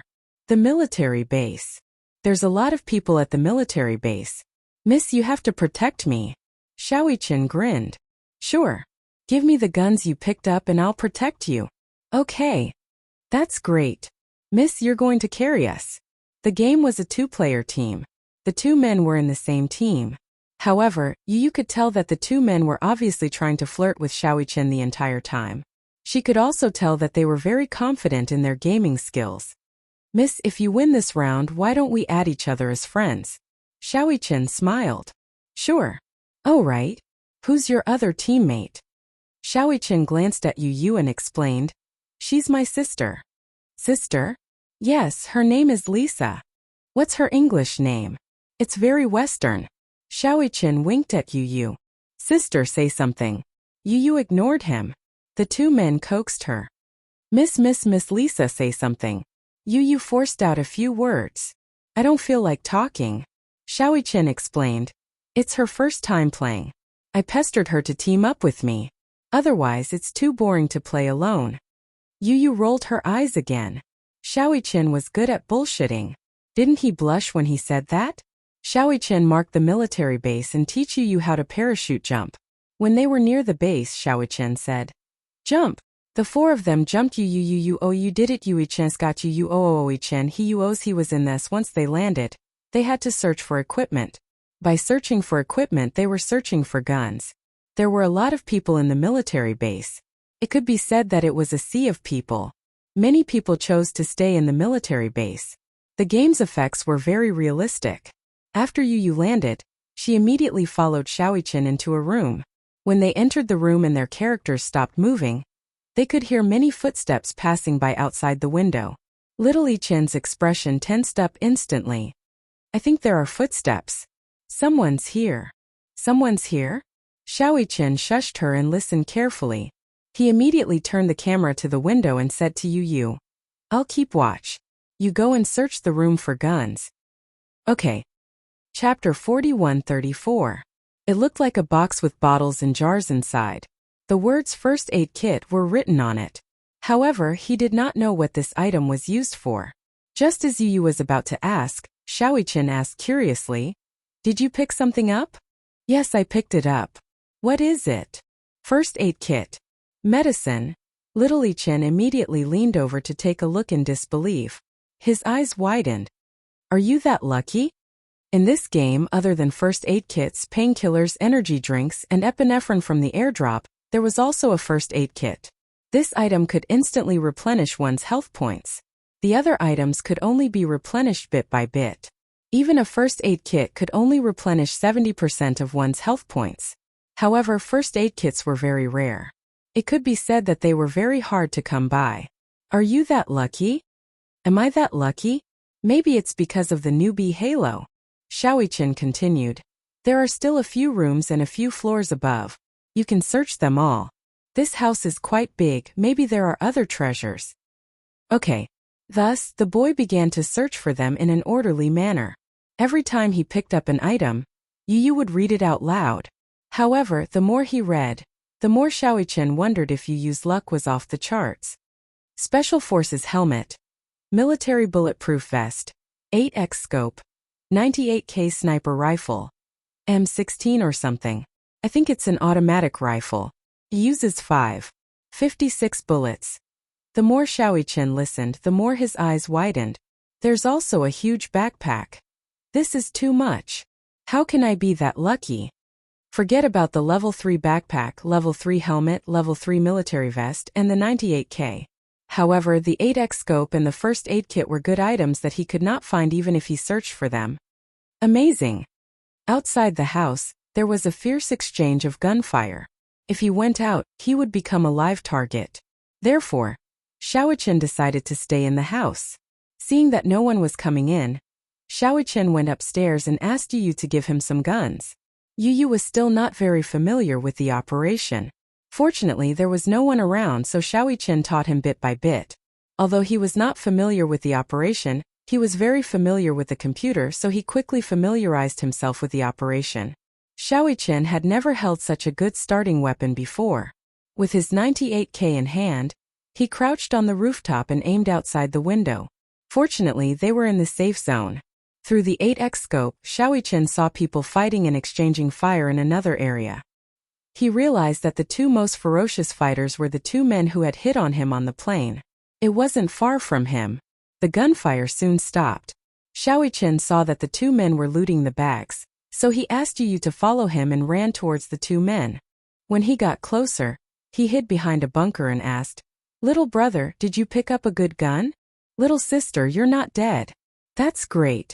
The two men returned with a full load and threw a pile of good equipment in front of him. "Snatch it, a 4x scope, 8 first aid kits and a lot of ammo. I'll give it all to you." "Wow! Are you really giving it all to me?" Xiaoqian pretended to be overjoyed, and his voice became even more coquettish. Yu Yu shuddered when he heard this. How mushy. Chapter 4135. However, it was obvious that these two young men obviously fell for this trick. "Miss, your voice is so gentle. Miss, come with us. We'll take you to chicken dinner. Let's play together in the next round," Xiaoqian said sweetly. Sure. As he spoke, he winked at Yu Yu smugly. The smugness on his face was obvious. Yu Yu twitched his lips and said coldly, I want a first aid kit too. Wow. Although Yu Yu's voice was cold, it sounded like a young girl's voice. Moreover, he spoke softly. Through the earpiece it sounded like a lowly's voice. A man walked over and whispered, Just now. I found a first aid kit. Here. Take it. As he spoke, the man threw a first aid kit in front of Yu Yu. Yu Yu picked it up with a clear conscience. Xiaoyi Chen did not know whether to laugh or cry. The four of them formed a temporary team. They found a car and drove to another city. First, Yu Yu felt that it was a little boring. However, he gradually realized that there was something fun about this game. The fact that so many people were playing this game proved that it had a certain charm to it. For example, this game did not have the messy marksmanship of other FPS games. It only had attentiveness, eyesight, and hearing. Being observant and alert was the only way for this game to last until the end. According to Xiaoyi Chen, if Gongfan played this game, he would have an 8x scope. Yu Yu did not understand what he meant by an 8x scope. Little Yi Chen said that as long as Gongfan was staring at the screen, even if it was a figure smaller than a sesame seed on a distant mountain peak, he could see it. Without any background, he could simply use a rifle to blast that person's head off. There were a few times when people suspected that he was cheating and reported him. However, after the official investigation, there were still some people who were unconvinced that there was no cheating involved. Once, he was matched with a professional player who specialized in doing live broadcasts of this game. When he was a streamer, he was shot in the head by Gongfan. When he watched the replay and saw that Gongfan did not have a scope, he naturally thought that he had used X-ray vision and auto-aim. As a result, there was a huge commotion. However, in the end, the officials checked and found that Gongfan did not use a plugin. They also analyzed the aiming trajectory and thought that it was a visual recognition and a holographic sight. The streamer was slapped in the face and had nothing to say. His popularity dropped immediately. After all, slandering other players for cheating was a shameful thing in the gaming world. There were many cheats in this game. However, there weren't many players like Gongfan who played as if they were dead. Little Yi Chen was also surprised that Gongfan knew how to control the gun with some tricks to reduce the recoil of the gun when it was fired. He did not expect that Gongfan, who had not been in contact with games, would be so good at such games. He also sighed. Why was it that even though they were born in the same mother's womb, his judgment was not as good as Gongfan's? Gong Jie said that Gongfan's dynamic vision was very good. There was once when they were playing table tennis. The ball was so fast, but he could actually see the trajectory of the table tennis ball clearly and even make predictions in advance. Gong Jie said that if Gongfan were to play tennis, he would definitely be very good. Xiaoyi Chen was envious. Chapter 41-36. As the game progressed to the middle stage, the number of survivors on the map dropped to 29. In other words, other than the four of them, there were 25 players left. As Yu Yu was not familiar with the game, he did not need to go out and kill people. It could be said that he was enjoying the fruits of someone else's labor. The other two young men and Xiaoyi Chen went around killing people. The three of them had a huge advantage in this two-player competition. Yu Yu was in charge of searching house by house under their cover. Gradually, the four of them became very well equipped. Each of them had at least 10 first aid kits. Even the level 3 backpack was full of bullets. Xiaoyi Chen asked Yu Yu to keep 60 bullets for himself and give the rest to him. As for his backpack, he only needed to keep the first aid kit. In the final circle, the real battle was between grenades and first aid kits. Only by staying low could they get chicken dinner. However, what surprised Xiaoyi Chen was that not only was Yu Yu lucky, but he also had the Destiny Circle. As the name suggested, the Destiny Circle was a safe zone and a blue circle that would appear in the game. It was not called a blue circle but an electric field. Standing in the circle would cause one's health to decrease. Only by entering the safe zone would one be able to avoid such damage. The safe zone would slowly shrink. In other words, the players would be forced to damage each other until the final winner was decided. Yu Yu's face was extremely pale. He looked very lucky. Almost every time the safe zone refreshed, it would be under his feet. He had the newbie halo, but this halo was too scary. Xiaoyi Chen did not believe it. He asked Yu Yu to stand there and not move. Yu Yu hid beside the cabinet and lay there without moving. The safe zone refreshed twice, but it was still under his feet. The blue circle was getting smaller and smaller. There were not many players left in the game. There were only about 10 of them left. Xiaoqian was determined to stay low. Yu squatted in the corner.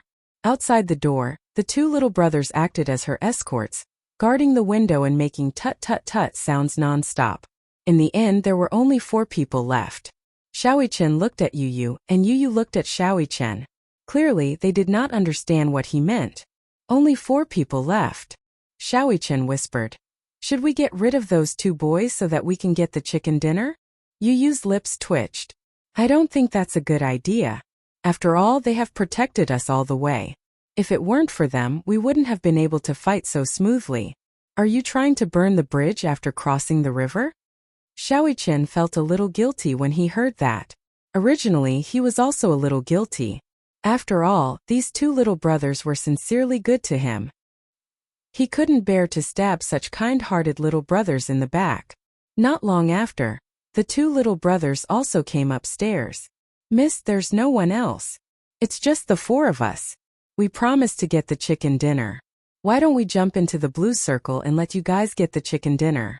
What do you think? The little brothers obviously had the spirit of self-sacrifice. They had protected Xiaoqian and Yu all the way. In the end, they actually wanted to sacrifice themselves so that Xiaoqian and Yu could get the chicken dinner. Xiaoqian felt even more guilty. No need. You guys don't have to jump into the blue circle. Chapter 41:37. However, the 2 young men said in the public chat, we promised to bring you guys to win chicken dinner. Miss, I think you're pretty good. Why don't we add each other as friends after the game ends and we can win chicken dinner together? What do you think? Most men would be happy to meet a female player in a game like this. Most of the male players were heroes and wanted to be their bodyguards. This was a mysterious sense of mission. To them, bringing a girl to win chicken dinner was much more fulfilling than winning chicken dinner by themselves. Xiaoqian looked at Yu and hesitated. Should he tell them the truth? They would be disappointed and aggrieved, right? However, just like what Yu had said, there had to be a winner at the end of the game anyway. At most, he would reveal his identity and see what their decision would be. Hence, Xiaoqian mustered up his courage and said, actually, we're not girls. There was a long silence. It was so silent that Xiaoqian thought the computer had crashed. The local server of this game had not been released yet. The server was not very stable and would often go crazy. Xiaoqian thought that the server had gone crazy. However, a speechless voice came from the other side. What? You're not girls? Didn't you say that you're girls? Xiaoqian then realized that it was not because the server was lagging, but because the 2 young men could not accept reality and were silent. Yu covered his face and felt a little embarrassed. Pretending to be a girl to play games was too cowardly. There was almost no good gaming experience and no sense of mission to survive until the end. He only felt that he had to lie down all the way. Xiaoqian explained awkwardly, actually, we're all boys. You use voice changers. The boy's voice suddenly became angry. There was a type of software called a voice changer. When the software was turned on, the voice changer could be used to imitate other characters' voices. Some male players cheated and bought voice changers.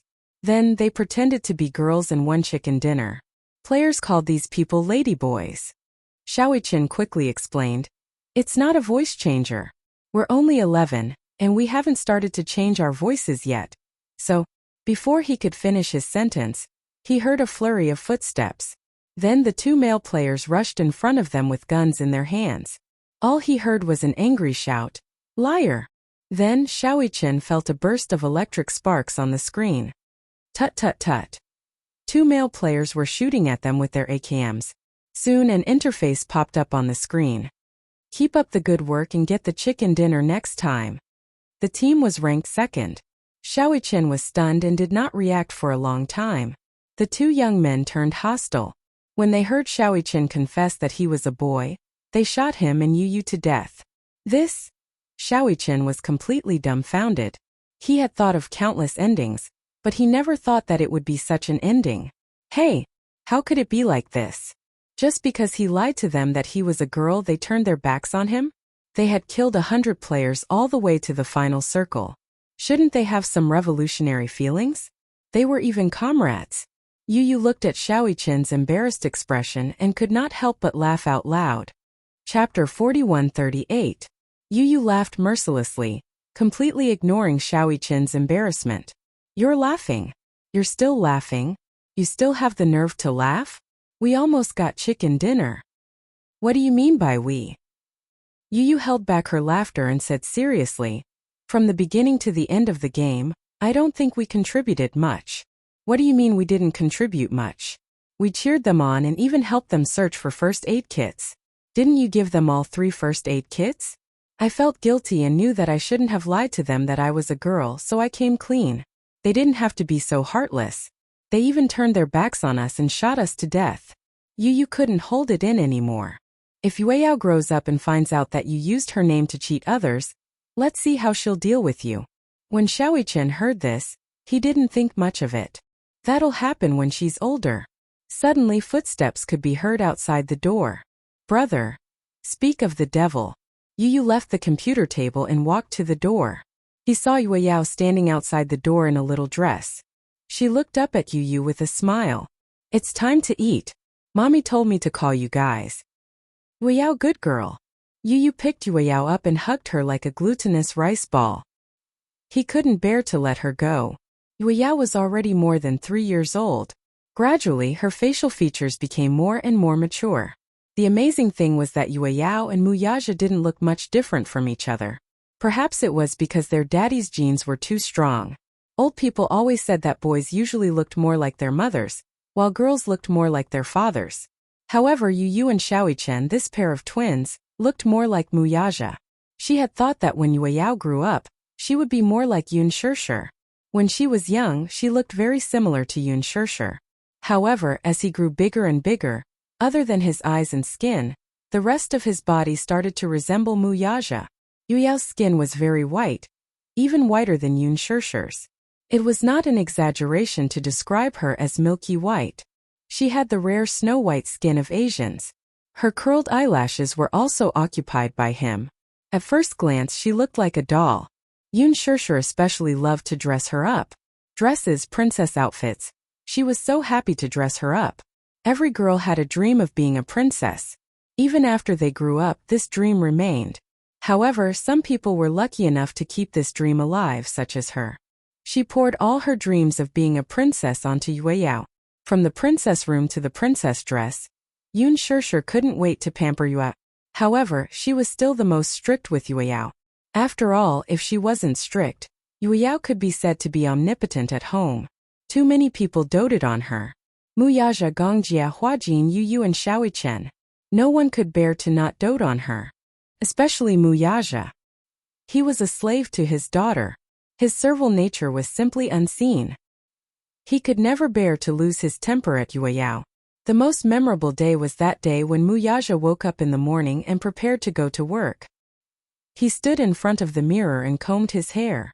Usually, he didn't allow others to touch a single strand of his hair. Even Yun Shirshir had limited privileges. Chapter 4139. Every morning before he went to the office, he would meticulously fix his hair and style it with mousse. Yueyao suddenly woke up and opened her mouth to ask for daddy. He walked over and picked her up. His hair was not fixed yet, but the little princess already thought that his hair looked good. She grabbed it with her little hands. Muyaja did not allow it and patted her little hands. As a result, her rebellious heart was aroused. The more her daddy did not allow her to touch it, the more she wanted to touch it. Her little hands scratched wildly, messing up his hair. Yun Shirshir walked over and saw Muyaja carrying Yueyao. She looked helpless, but she could not bear to scold him. That day, a certain someone went to work with this messy hair. It was said that Lu Jinyu and Jiang Shan had been secretly laughing at him behind his back. It was unprecedented for their boss to appear in the office with a head of messy hair.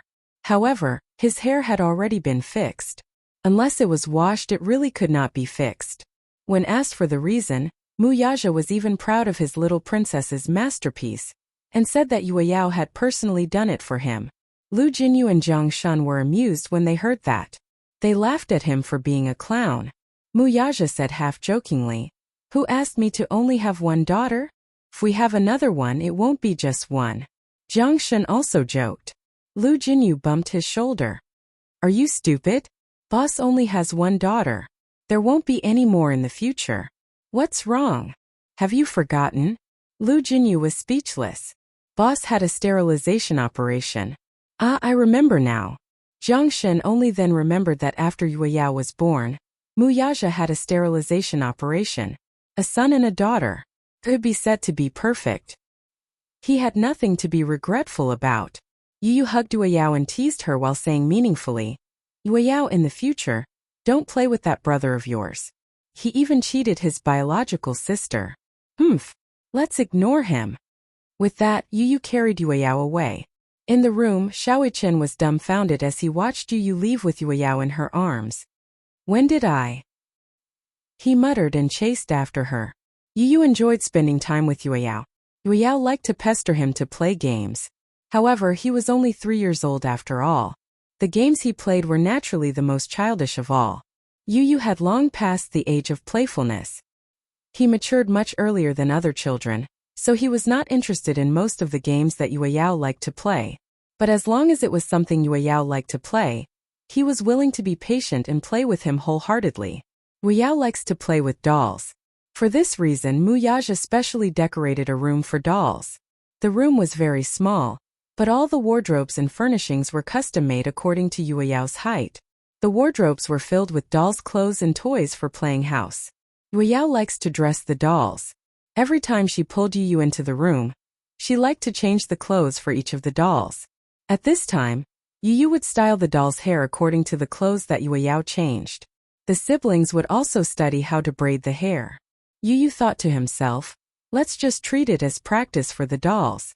When Yueyao grew up, the hair braiding technique that he had practiced would come in handy.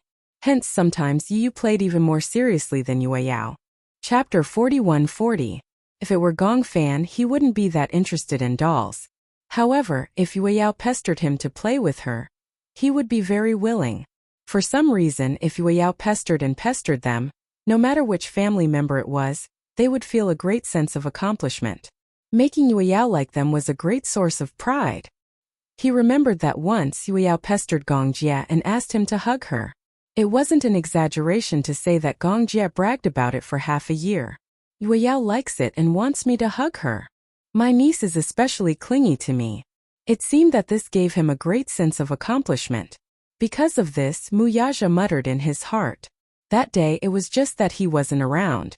If he had been around, Gong Jie wouldn't have had the chance to appear. However, Gong Jie felt indignant. He felt that as an uncle, his charm was not inferior to Mu Yaja's at all. One was a father, the other was an uncle. They were at loggerheads. Gong Fan liked Yueyao very much. Perhaps this kind of affection was second only to the kind of affection he had for Yun Shishir.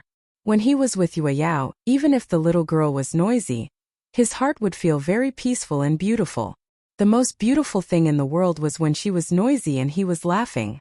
When Xiaoichen came to the living room, he saw Yueyao sitting in Yu's arms, holding a pizza and eating it with relish. This pizza was made by Yun Shishir. Recently she wasn't very busy, so she started to learn how to bake. Not to mention, she really didn't have any talent at all. Thus, after asking many friends for help, she finally managed to buy a few baking recipes. She also spent a lot of money to buy a super expensive smart oven. It was the kind of oven that even idiots wouldn't burn. In the recipe books, no matter what ingredient it would be labeled with the amount, the number of grams, and so on. Yun Shishir strictly followed the recipe books and learned to cook step by step. She even used test tubes to control the amount of sugar. With the help of other tools, she finally made a few finished products. This plate of pizza was her successful product. Although it wasn't as delicious as Yu's, it was comparable to the pizza in the restaurant. Yueyao was a picky eater, just like Mu Yaja, but she could not bear to part with this pizza. Yun Shishir felt a great sense of accomplishment. Where's Daddy? Little Ichin sat down in his seat and looked around. Why isn't Daddy back yet? He has to work overtime today for a meeting, so let's eat first and not wait for him. And he's not coming to eat? Probably has a dinner appointment. Mu Yaja rarely had dinner parties unless it was an important one that he could not refuse. Only then would he not return home for dinner. It must be said that Yoon Shirshir's marriage to Muyaja was truly a marriage of love. In the entertainment industry, there were many people who were jealous of her. Most female celebrities who married into rich families looked glamorous on the surface, but in reality, they had to swallow their own bitterness. Everyone was waiting. When Yoon Shirshir's scandal was exposed, the reporters from the gossip magazines were also eager to take pictures of Yoon Shirshir's unfortunate marriage. Almost every time there was any news, these reporters would be on the move. They remembered one time when a reporter took a picture of Muyaja hugging a woman as he went in and out of a shopping mall. Hence, they spread the news that Muyaja was having an affair, and that Yoon Shirshir had a love rival. In the end, a fan enlarged the picture and found that the woman in the picture was Yoon Shirshir herself. The loving scene between the husband and wife made many people envious. Chapter 41-41. This piece of news also became the biggest joke at that time. Some people laughed at how the paparazzi had resorted to all sorts of underhanded means to smear Yoon Shirshir and Muyaja's marriage in order to hype up the news. Some people envied Yoon Shirshir for marrying for love. There were so many female celebrities in the entertainment industry, but Yoon Shirshir was not the only one who had successfully married into a wealthy family. However, there were not many lucky people like Yoon Shirshir. In fact, there were none at all. Most female celebrities, especially those in the entertainment industry, dreamed of marrying into a wealthy family. However, all the rich young masters knew in their hearts that celebrities who came from the entertainment industry would not be able to survive in the industry if they did not have some tricks up their sleeves. Hence, they knew very well that celebrities weren't that great. Therefore, most female celebrities who married into wealthy families did not lead happy lives. Even if their husbands were extremely wealthy, it was already extremely difficult for them to maintain their status after marrying into a wealthy family. There was no need to think about how many colorful banners their husbands had outside. Some men would even brazenly bring other women into their homes and have several women serve one husband. As wives, they could only swallow their bitterness, because the family's finances were controlled by the men. After marriage, many female celebrities retired or were in a semi-retired state. The most pitiful thing was to marry a rich second-generation heir and live a good life. In the end, after 3 years of marriage, they found out that their husband was a fake rich man who was on the verge of bankruptcy. They were ridiculed for nothing. This female celebrity wanted a divorce so that she could make a comeback and start acting again after the divorce. However, her management company warned her that when she announced her retirement, she had said that she had married for love. If news of this divorce got out, the public would laugh at her for marrying into a wealthy family for money. Now that her husband was bankrupt, she wanted a divorce. That was too worldly. Her image was not flattering. Therefore, the public relations company created an image for her. In order to repay her husband's debts, she made a comeback to support her family. In short, the entertainment industry was full of different kinds of people, but most of them did not lead a good life. Therefore, her life was not satisfactory. So many people hoped that Yoon Shirshir would not lead a good life. It was as if their mentality could only be balanced if she did not lead a good life. Otherwise, so many people who married into wealthy families were unlucky. Why should she be happy? There were even female celebrities who hired private detectives to secretly spy on Yoon Shirshir after she married Muyaja. However, the truth was that they saw it clearly.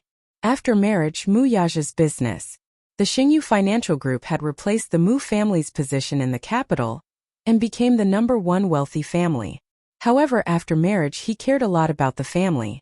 If it was not too important, he would usually leave it to Lu Jinyu and Jiang Shun to follow up. After having a daughter, this high-spirited man seemed to be even more gentle. In the past, whenever he appeared in front of the public, Muyaja would be unsmiling and aloof no matter what happened. Of Yoon of Yoon of Yoon of Yoon of Yoon of Mu Mu Mu Mu of Yoon of Yoon of Yoon. He was also willing to appear on camera. Occasionally, the media would muster up the courage to ask about the little princess, and he was willing to share some of his happiness after marriage. Chapter 41-42. Especially when it came to the time when he was a stay-at-home dad, he did everything by himself, from making milk powder to changing diapers. He worked hard to serve this little princess. The reporters did not believe it. What a joke. A man with a net worth of hundreds of millions actually did not hire a nanny and changed diapers himself. Didn't he find it dirty? Muyaja retorted matter-of-factly, "She's my own daughter. What's there to dislike?" There was a hint of displeasure in his tone. It was as if that question was blasphemy to his daughter. After getting married, even though Muyaja was a newlywed, he was slowly becoming more and more like a veteran. During the day, he hinted that he would go to work and leave work at 4 o'clock in the afternoon. During holidays, he would take his wife and children on holiday, and even attend parent-teacher meetings personally. The entire entertainment industry was dumbfounded. What kind of person was Muyaja? After getting married, if it had been 1 or 2 years, it would have been fine. But after getting married for so long, there were no scandals at all. The only scandals were with his own wife. Wasn't that infuriating? Everyone was waiting to see Yoon Shirshir's drama. But in the end, they were slapped in the face. It was infuriating. What was the saying? Comparisons were odious. Why was it that other people's husbands, who were also rich young masters, were so happy and treated each other with respect, while they lived in such an abyss of suffering? It was unfair. Because of this, someone specially hired a water army to smear Yoon Shirshir's image. In the end, not long after, Muyaja did public relations and banned that female celebrity. He banned her just like that. He did not say many harsh words, but he did it cleanly. Killing the chicken to warn the monkey. With this, no one dared to be rash. It's rare that Daddy doesn't come home for dinner. Xiaoqin held a drumstick and asked curiously, "What's the matter?" "I don't know. I don't know much about your daddy's work." Yoon Shirshir smiled and asked him, "How is it? Is today's drumstick better than the one you made last time?" Xiaoqin said, And, "You're not allowed to compare with Yu." Yoon Shirshir quickly interrupted him. Yu held back her laughter. Xiaoqin thought about it carefully and subconsciously smacked his lips. Oh. Yoon Shirshir cleared her throat and said, "You're not allowed to smack your lips while eating." Xiaoqin smiled, revealing his pearly white teeth. "Because Mommy cooks well." "Is it better than last time?" "Yes." "That's good." Yoon Shirshir had reached perfection. Anyway, it was fine as long as Xiaoqin liked it. Yu said, "Mommy's cooking skills are improving." Upon hearing this, Xiaoqin lowered her voice and whispered into his ear, "You don't know how expensive Mommy's cooking books are." Last time, she even secretly wanted to sign up for a cooking class. If even that doesn't taste good, then... Yoon Shirshir's ears were sharp and she heard it. "What did you say?" I said, Xiaoqin immediately said, "I just said that Yu's cooking skills are so good. He must have inherited Mommy's talent. It's just that Mommy didn't show it in the past." "Is that so?" Yoon Shirshir looked at Yu suspiciously. Xiaoqin also looked at Yu. Yu glanced at him and raised her eyebrows. Xiaoqin looked as innocent as a little deer. Xiaoqin just said that if Mommy cooks for him every day, he will be so happy that he won't know what to do. Yoon Shirshir was relieved to hear Yu say this.